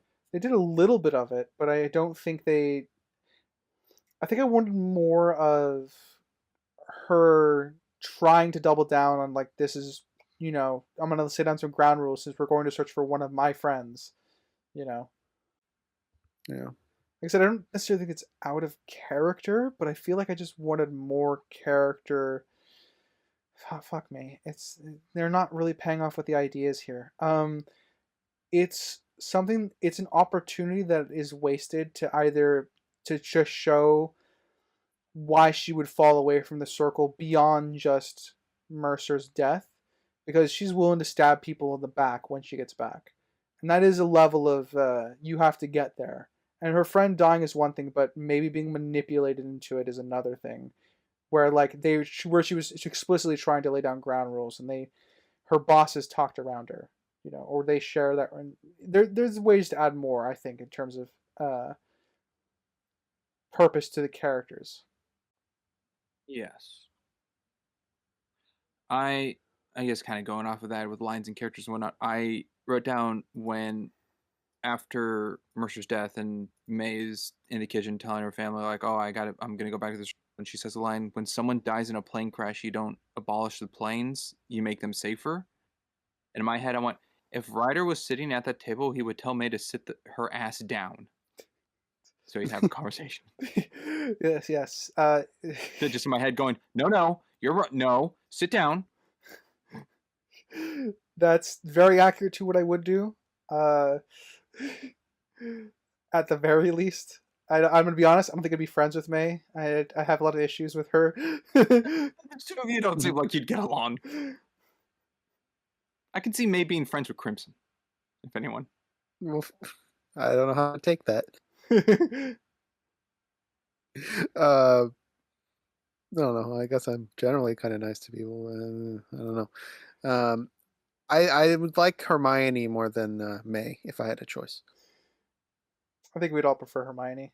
I mean, my thing with this, right, is Hermione would get along with me. well, then that's Slytherin for you, right? But Eh. I think now that I'm on the subject and I'm thinking about, I guess what my conversation with her would be, I think I would be polite, but there's a certain point of like, hey, yeah, we're gonna do like, everyone's going to have a circle count. That's how you're gonna do your mandatory voting. I'm just gonna sit there nodding, and just slowly like, oh my, no. Eventually, if enough had passed, I would probably break down and tell her to sit down. We didn't have a conversation. Her poor parents. Because I mean, it was a heavy loss for them too, and they really liked Mercer, and she killed him pretty much, and then she's going back. Yeah, I mean, like that the mom's pitch though to get her out of bed is to go to the garden. which is like, if anything, of like to get out of this dim, dark building is to go to somewhere green with color. So I Up thought of in any the excuse or garden. option to give a garden was a good line. Yes, I agree. Sprinks, pretty early in the podcast, you hinted at having questions for Ty here. Do you recall what that would have been? Questions for Ty. About like how he got the information or something? I said that's like Act 3 stuff, and we'd get to it. Yeah, maybe like just, I guess in regards to him, like just how. Oh, well, I had like the thing of like his pitch underground, of like, things are shady, May, like problems here. Is him like revealing that something's off, but May takes that as her doing it, like going to Ty, hey Ty, can you do this for me? I need your help to put Bailey and Tom in the spotlight. But then Ty's just gone. I don't know how Ty did that, because it's not May's perspective to see that servers. I'm going to guess he did. I mean, it worked, so he did something. But it's like, how did he get those files from wherever the hell they're located, where they, to be able to put on screen, even on cue when May says to do it? Like, just putting a camera to transparent someone on them, is that linking to like their biometric scan of their medical stuff in them to like attach that Bluetooth wise to the camera, so the camera now knows who it is to put that on screen? I don't know how that all lined up to sync. That didn't make sense. Well, I don't know how he got it on the presentation board, but on everybody's phones, he is the one that made that app or whatever. Yeah, so he'd have access, or I would imagine he'd have at least a backdoor access if they did block him for some reason. So I can buy him getting it out there. Just the presentation one, I'm not really sure, and the timing of he has to be watching. Well, I mean, presumably it's all in the servers, and maybe he broke into their office. That's like you said, it's not in the point of view of May. But we see him in the server room twice, so he has easy access there. He's got access of the app, so that makes sense to me. Just any of the personal stuff that might have been in the office or their personal cellular devices, that's a bit more iffy on how he accessed that. Unless it's all through their apps and he just took the data from theirs. Comes down to we don't know Ty. I don't know. We know he's smart, but we don't know how smart. Yeah, which poses into my 50-50 biggest gripe with this movie. Biggest. And you've held on to it this whole time? Let's hear it. I mean, kind of save it for my objective, but like, it's either A, the writing is, which with writers pointed out, so many like lackluster pitches of like setups that go nowhere or don't do anything, of that being written in just to build that there's more going on than just one thing of like Sea Searcher, Soul Searcher, Sea Changer, Soul Searcher, whatnot, and that like more is happening in the circle, but it's to the detriment of the perspective only beyond May, so that writing shouldn't be there, but it is. Versus the other 50-50 where the movie is so landlocked to be consistent to May's perspective that those things going on is fine, but they don't come up because the camera has to stay on May, and we're not seeing any of that. Yeah, I'm more so on one of those two is holding back on the whole world of what's happening. I'm more on the second one. It's where I personally land on. Is the perspective hold on May is the detriment. But the core of both is absent information. Yeah, the core of both is absent information. How it's delivered. Yeah. Like, okay. Either way, it's a world-building problem and a plot problem, I think. To me, I have it a 50-50 because I can't, without seeing it, imagine in my head if it was put the other way of one of the two, which one would be better.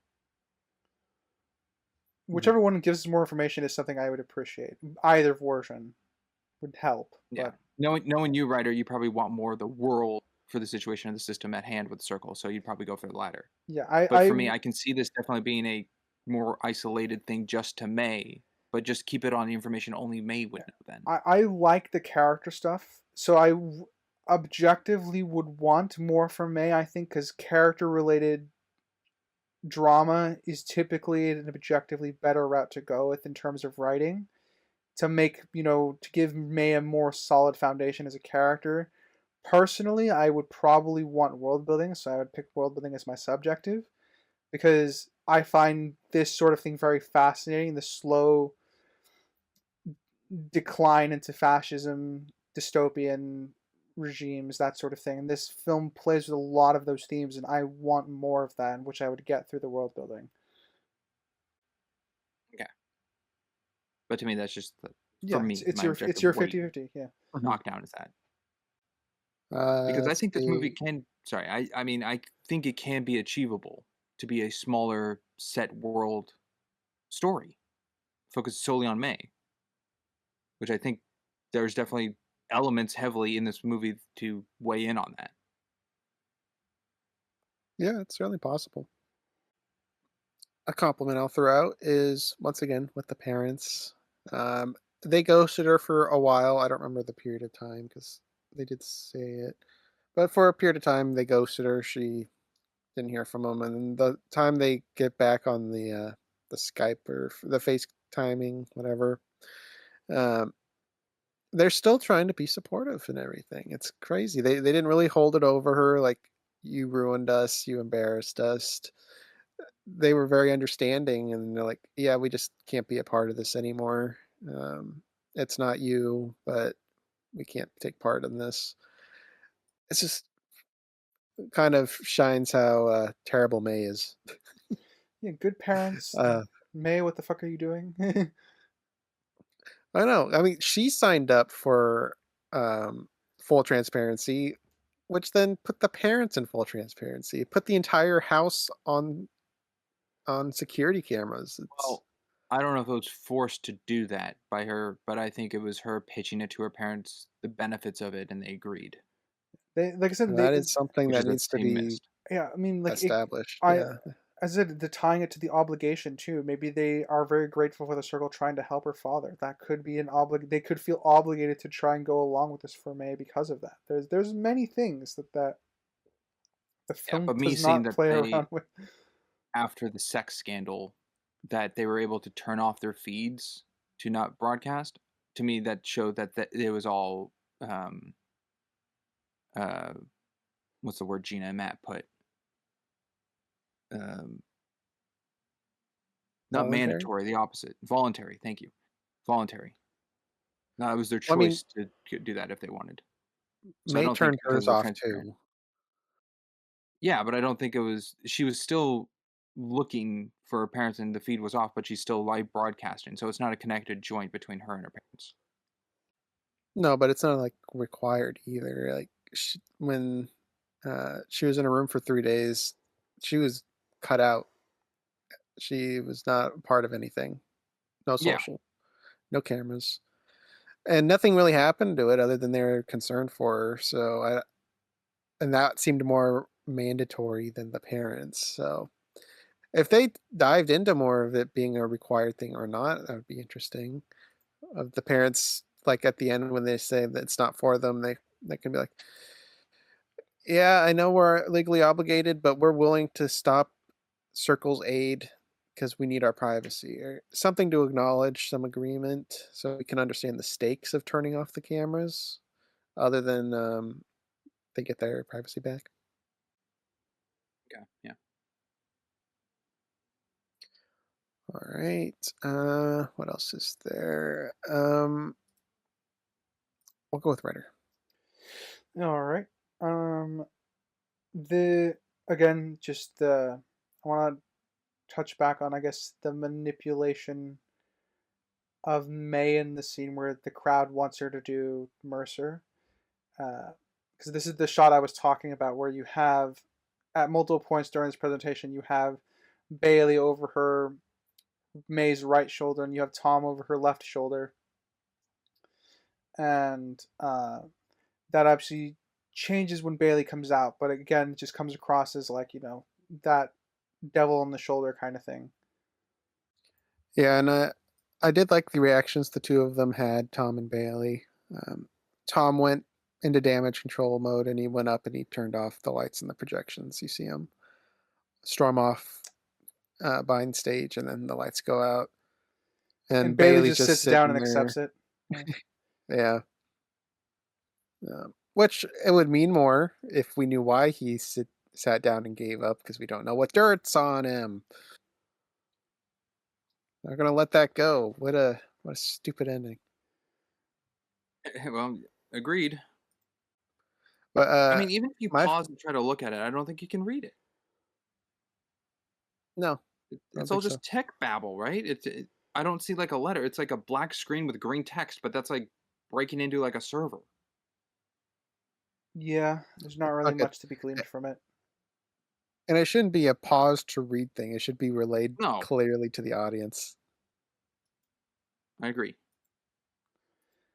I will say I do appreciate Bailey and Tom as a means of trying to help May out. They actually have a reasonable proposals with her, like when they're walking with her before they reach the stairs, and like, yeah, of course we'll set up a fund for his family. We'll, you can have an easier schedule here. I there is a level of manipulation with it, but at least it's all sensible manipulation. It's agreed upon, but not their idea. Yeah, the foundation stuff. Yes, I think Yeah, the so they would have let that go. yeah, but I do think the and that could have been one of May's tests, but that would have been but the idea of her getting an easier schedule, that clearly at least was their idea. Yeah, because they knew potentially that she was a ticking time bomb, potentially. Hmm. I mean, they were right. They just didn't know the level of which they were right. And to be Yeah, fair, neither do we, as the audience. We don't know what the fuck happened at the end. they're used to being the manipulators, not the manipulatees. Do we Uh, even? They believe they're in trouble. We don't even see the ramic- Ramifications. ramifications if they did get in trouble. no, because we don't know what they did. Yeah, we don't even know if May is still working for Circle. She's just kayaking and drones are there. We don't know if those are hers.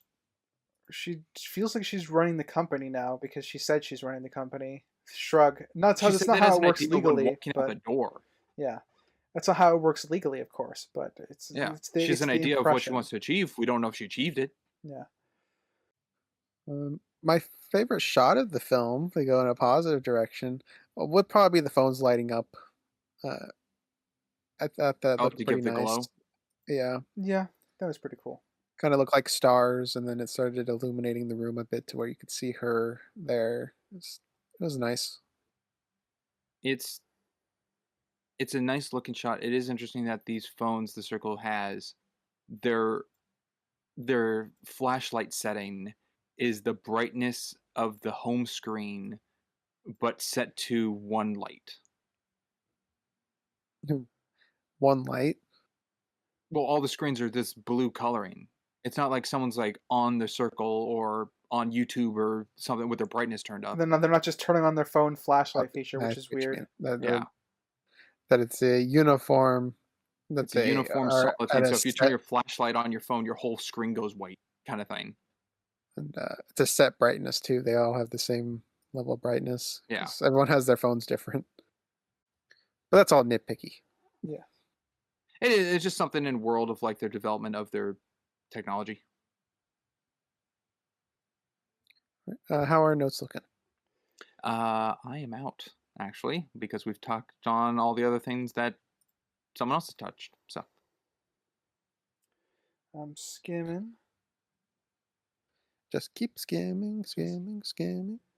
what do we do? We Yeah, I skim, got another one. skim. Again, the with how busy life at the Circle is, the juxtaposition after Mercer dies to just the quiet of being at home, very intentional environmental difference.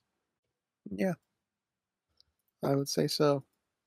And then you got like her sterile room when she's off at the circle. Circle. And then when she's home, it's so homey and She's got pictures it's a of different Mercer vibe. above her bed. Yeah. Yeah. So there is a contrast there. I think I'm also out. So Ryder, any if you got them. If not, then we'll move on. Skimming again. I am amused by Tom Hanks looking at Tom before he's Tom Hanks looking at Tom. Bailey looking at Tom before he goes off to damage control. It's like, oh, we're so fucked. And he almost says a threat to May. Almost, it doesn't really come out as a threat, but it's. I feel like it has the undertone of one, which is like, you're very brave to do this, May. Like the implication Yeah. that it's, again, we don't know what is going to be revealed because the writers, whatever, but there is something in the weight behind that line that I like. That at least Tom Hanks conveys a history behind it. I just wanted more.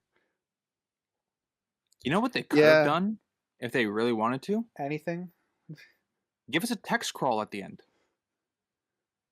If you don't have the time or budget or anything to shoot additional footage or anything, like as what you said, Crimson, with the reshoots at the beginning, give us a text crawl of what happened.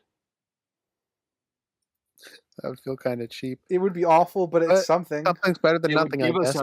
an actual understanding to a conclusion. But that's not what they wanted. They wanted this. No, They want the audience yeah. to decide how bad these people were. Yeah. What could they have possibly done? Did they just cheat on their wives and that's it? Or did they do corporate espionage? Were they selling to the military? Did they kill people? Who knows? Not I. They're actually a part of the black market organ transfer and everything through Edgar Evernever. They're the ones that organized Silk Road. Yeah, they knew all the factors for Jingle Jangle. All right. Yeah, with that, gentlemen, I am out. I covered all my big ones. Alrighty. Then we will close with our ratings and summaries, starting with none other than the one and only Sprinks. Oh boy. Hey, let me just preface this right now. Are you as intrigued as Crimson was in the idea of what this movie could have been?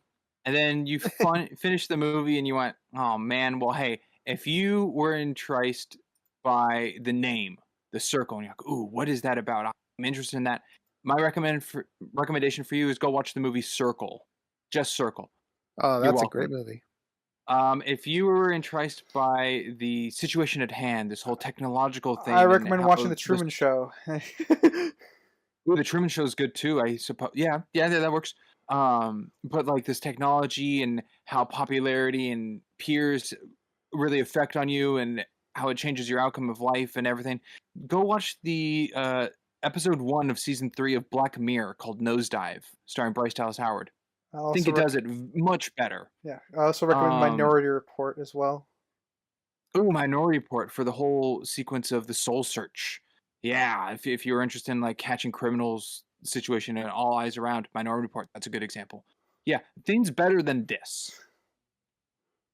Subjectively, I don't mean to make that sound incredibly harsh. Subjectively, I have this at a 4. I think the big names of this movie and the portrayal of the situation at hand and the mystery of like, ooh, how scary can this technology get, is the entertainment factor going through. But that's kind of all that really holds me going forward. I don't really like eye growl or get bored or did I say eye growl? That's not a thing. Eye roll at like scenes or anything. It's just like meandering and drop things and questions back and just a lot of loose holes kind of thing. So yeah, subjectively a 4. Objectively, I think the acting is fine.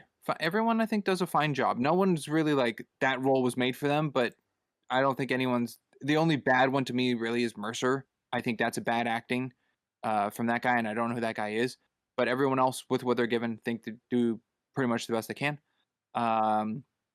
The costume design I think is fine. I can tell it's color theory with what they put May in, and that's pretty blatant.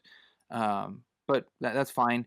Lighting overall fine. A lot of outdoor shots and interior shots that are brightly lit, and when they need to be dark, they are dark, but not dark in the sense of like this is a dark character sequence, so we're gonna make it dark. And the only joke I have at the end where May goes like, "Don't keep yourself in the shadows," and Tom flips the light so they're in the shadows. But the writing is the mess. Like, if you're gonna do a world thing with a lot of world stuff, give us a lot of world stuff, or like don't keep it in the dark or whatever. I don't know what you're doing. The whole approach to this is like May's point of view, and we're gonna focus. And I think detrimental if your focus is on this world-changing situation event.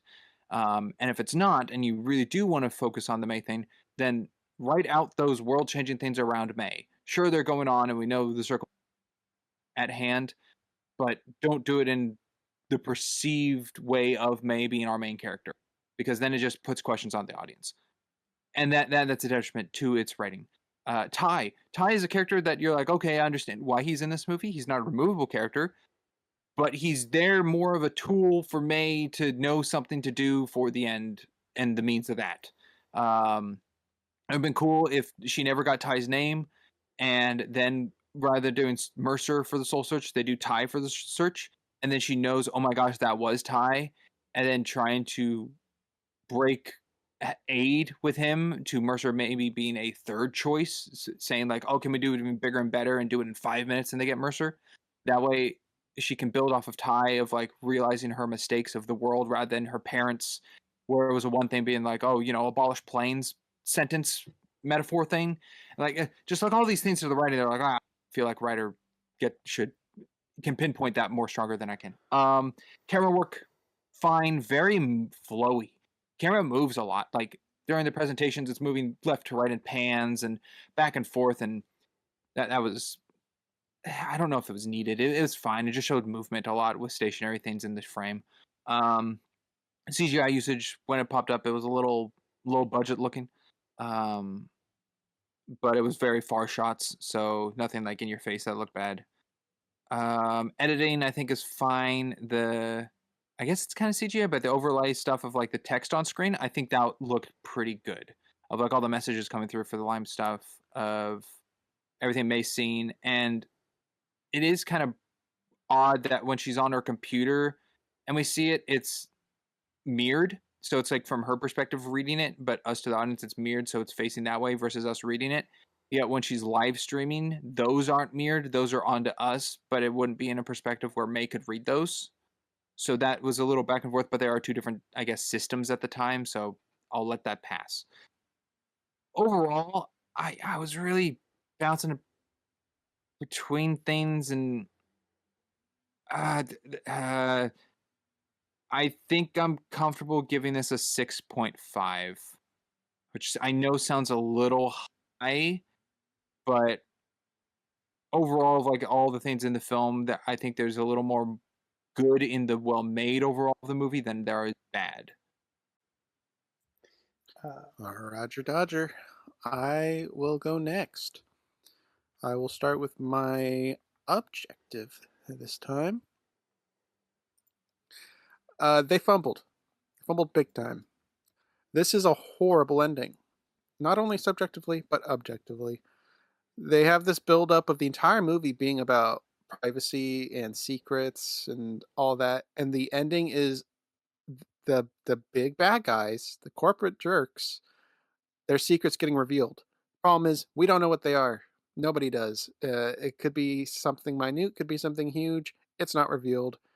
That's terrible. May's turn to now fix Circle instead of like leaving the Circle after killing her best friend is not justified. There was not enough time for that to get established. Her talk with Annie was the opposite, where Annie said technology doesn't fix your problems, and then she goes around, doubles down, and then adds personal drones. I'm assuming. We only see that with her. But she doubles down, wants to fix the company instead of just living her life like he would have. I had him blanking on his name. Anyhow, no, not good. Not good. I think all the actors were good, except for what's his face, Mercer. Again. Mercer. Fucking Mercer. We all agreed with that. Mercer, not a great actor, or at least in this, he did not act well. I think the visual effects look good, except for the car sequence. I think the UI stuff of the camera looks good. The text, like Shrinks brought up, looked good. The campus looks good. The set design. yeah.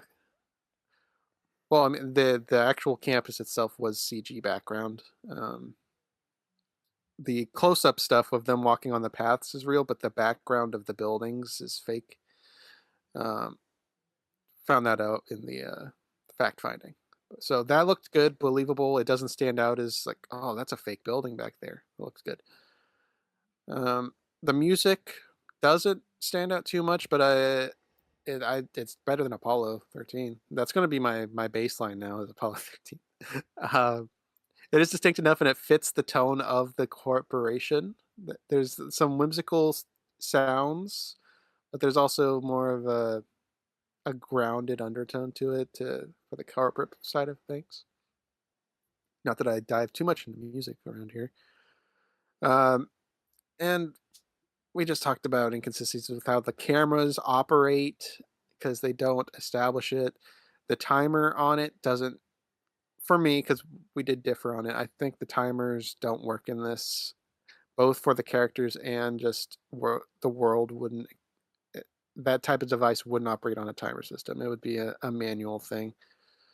So the cameras don't know how to operate. We don't know if it's a sticky all the way around or just on the back side of it because of what we discussed with the truck. We don't know how the timer starts, as Spring said. Is it tied to a certain amount of time, like at 1 o'clock you can use the bathroom? Unknown. Should be talked about a little bit. And I think the characters in large are pretty consistent with themselves, except what I said with May flipping at the end. Yes, I think I'm good with that statement. They're all consistent except May. With that, this was a hard objective for me because I think a lot of the baseline elements are good, like the camera shots, the music, all the acting, all that's good. The weakest parts is the writing. So I'm probably in a similar range with Sprinks, and I'm giving it a 5.5, not too far off. Subjectively, I liked a good chunk of this movie. The ending ruined the entire movie for me. It made it all completely pointless. Relatable as fuck. Waste of time. Absolute waste of time. It was fun seeing, like, because I see a lot of real life in this. I think they did a good job emulating real life with how people react to social stuff and how companies abuse certain systems. I think they did a really good job portraying that, even in some exaggerated ways, like the sending frowns to regimes. Even like that, it is reality. People do that. So it was kind of cool to see how they integrated it. That ending sucked. And also, none of the characters really grabbed me except Bailey. I did like Bailey, not as a character, but how Tom Hanks portrayed him. I did like him when he was on screen. His character wasn't all that interesting. He built this company presumably because of his son. It's based off of 1 or 2 lines. That's about it. I don't know how Tom's added. Tom doesn't really get a backstory other than he's a partner to Bailey. So I'm at a 5. It's okay. It was trudging 6.5, possibly 7. But yeah, it's at a 5 now. That ending really threw the ball away. Yeah, It did. And like I said, no real characters to care for is also a big component. Except the parents. I did care about the parents. All right, Ryder, you're up. All right. I'll start with my. Ooh, what's gonna be more juicy? I'll do my subjective. There is Sprinks, you have your big sin with movies. If a movie bores you, that's like a huge hit for you, right? Boredom hits on the subjective for me being that a film's purpose is to entertain. Yeah. One of the things that's a big hit for me on my subjective, that's like it will knock you down quite a bit on my scale for subjective, is if you introduce a lot of cool ideas and then do fuck all with them. And this film is saturated in that. to the point where I was getting annoyed with the film. I was entertained by it for about the first half hour. And then at that point, as all these big ideas and concepts are being introduced, like, the decline, how the circle is corrupt, or how May is slowly turning dystopian, or things like that, all these concepts start coming in at about the half hour mark.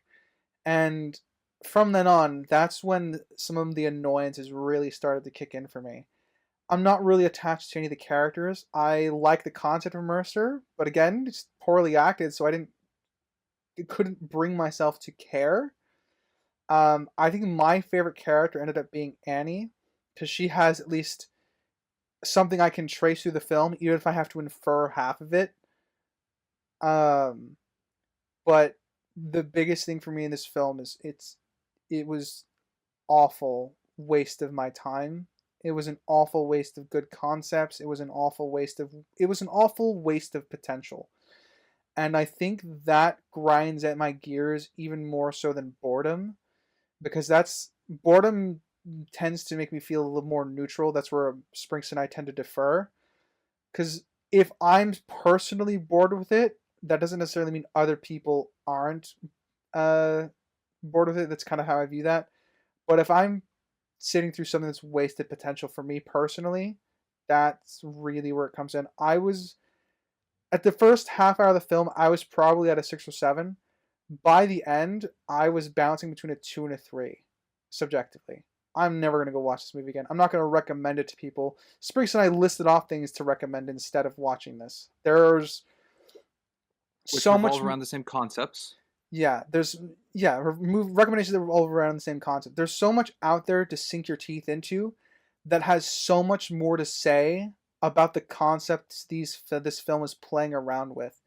And even if this film's focus was the slow decline of, like, how does someone become indoctrinated, that even of itself isn't really the focus of the film, even though it's from May's POV, and that's kind of the obvious one that comes out to me. So I'm at a subjective 3. I didn't really like this movie by the end at all. And it was starting to really grind my gears. And this made me want to go watch other things that handle the subject matter better.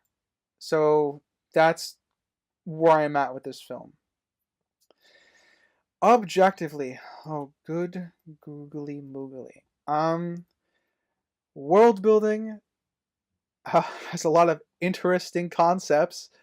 I don't know the function of the sea change camera other than that it's functional. I'm not going to hammer that home again. Crimson already covered it.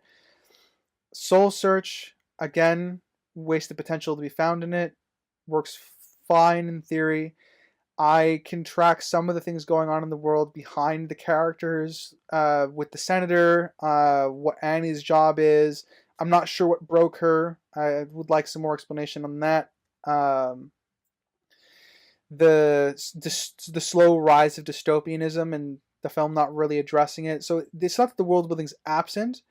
It's very, very fascinating, but it's a backseat to May's character. And unfortunately, May's character is just not that fascinating or interesting comparatively. So the world building exists conceptually. Doesn't really get toyed around with. And I don't think there's necessarily any inconsistencies with it outside of the devices that work one way and don't work another way. And how the corporate world functions in this world, or how people perceive the circle, that could be made more clear. So there is a lot of nitpicks and nicks that I think can be attached to the world building in terms of what was May's perception of the circle before going in. That could have been made more clear. What's everyone's perception of the circle, the parents, beyond what they directly experience? It would have been nice to see it before and after to track the growth of that better. And so yeah, world building's that. The plot, centered around May's POV. It works. I don't have any objective issue with centering around May's POV. I do have questions about uh, how things work with regards to that, like, you know, the 3-minute timer that's getting to put for the drama on her going to the bathroom. We have uh the transitioning from her like being drinking the Kool-Aid to being 100% against the company. I'm going to help topple it, to I don't know what she's going to do to remake the company. I don't know how she succeeded, how she did this, or how she what dirt she got on them. I don't know uh how Ty feels about anything or everything, and it feels like he would have a lot to say based on what May's doing. I inferred a lot of character stuff for Ty, but really there's nothing here but a blank slate for people to infer what they want, and that's problematic considering the importance of the role that Ty plays at the end for the plot, and that's getting, you know, that's touching on some of the character stuff as well. Um, I think Annie's is a good way to measure May's rise plot wise in the film. I think their friendship is an interesting central point of the film that they doesn't play around with much, but it gives you enough, like, how much has May drinking the Kool-Aid in comparison to Annie, who we thought was on the Kool-Aid at the beginning of the film, but by the end we realize, oh, she's just a hard worker and just passionate about the circle, but she doesn't drink the Kool-Aid, which is a very distinct difference. So there is a lot of things you can track with how the plot's functioning with that. Spring said there's a lot of awkward lines of dialogue that could have been written better to tweak the story that's happening. I don't have any off the top of my head, but there were quite a few. You could edit some of the lines between Bailey and Tom to help make their dynamic more distinct, to justify Tom's place in this a bit more, because it's very weak in compared to Bailey's. There's the "we're so fucked" line at the end. There's nothing to explain the purpose behind that. Tom could have given a line like, "Oh shit, they're gonna find this," and then he could have replied, "Yeah, we're so fucked." That would have been an equally thing they could inject in. So a lot of the dialogue here is very surface level for the high concepts that they're playing with, and it's not great. Um, and all this is to push the plot along in a particular direction, so it damages the plot. I would say characters. I have There's some nicks for May. I don't With what I have, I feel like she would have grabbed a life jacket. That's a very minor thing, but it helps set up the viewing sea change in a very particular light, and that's kind of what facilitates her going transparent. So it's a very important thing that her just ignoring this in an emotional state when she was theoretically in a worse one before what we've seen, kind of pushes the plot along in a very particular way. So it's a nick to her character. I would say Ty is definitely a tool. I want more of his thoughts to be consistent with. I would say Annie's probably my favorite character, but I have to infer what's happening to her more so than what I see directly happening to her. I think she's fairly consistent otherwise. I'd say Bailey's consistent. He's an excellent at spinning a dystopian idea into something that's good. He's the mouthpiece from which all this dystopian sounding stuff comes out to the audience, but to the people in world sounds like a really good idea, because that's how dystopians spin their tales. It's for the kids. It's safety versus security. It's all that wonderful BS wrapped in the mouth of Tom Hanks's frankly great acting. And again, disappointed that they don't play with that idea more. That might be the biggest sin I have for this film, because it comes across as an objective problem. I don't know the consequences of May's actions at the end for Bailey's character, because it's interesting that Bailey just sits down and takes it, but I get no conceptual idea of why he just accepts what's happening, because we don't spend enough time with Bailey to understand why he would do this. Maybe Bailey had principles that he ultimately compromised for the good of the company or the good of getting rich. Don't know. Don't necessarily need to know. So Bailey falls under kind of a tool as well. The only emotional attachment that I really have to him as a character is his story about his kid who has cerebral palsy, and I can draw forth and infer that's why he built the company. Am I forgetting any major characters outside of May? The parents. I think the parents are good. I don't really have much to complain with the parents. I think they're consistent. I think they push back just enough. I think they're a little heavy-handed with Mercer. God, Mercer. Is the but it gets the point across to help backfill May's backstory and what her life is like in her hometown. It feels like Mercer is a character that they had a lot of. Mercer's lines of dialogue are good. I think he's a relatable character with his lines of dialogue. It's really the acting that lets down the script.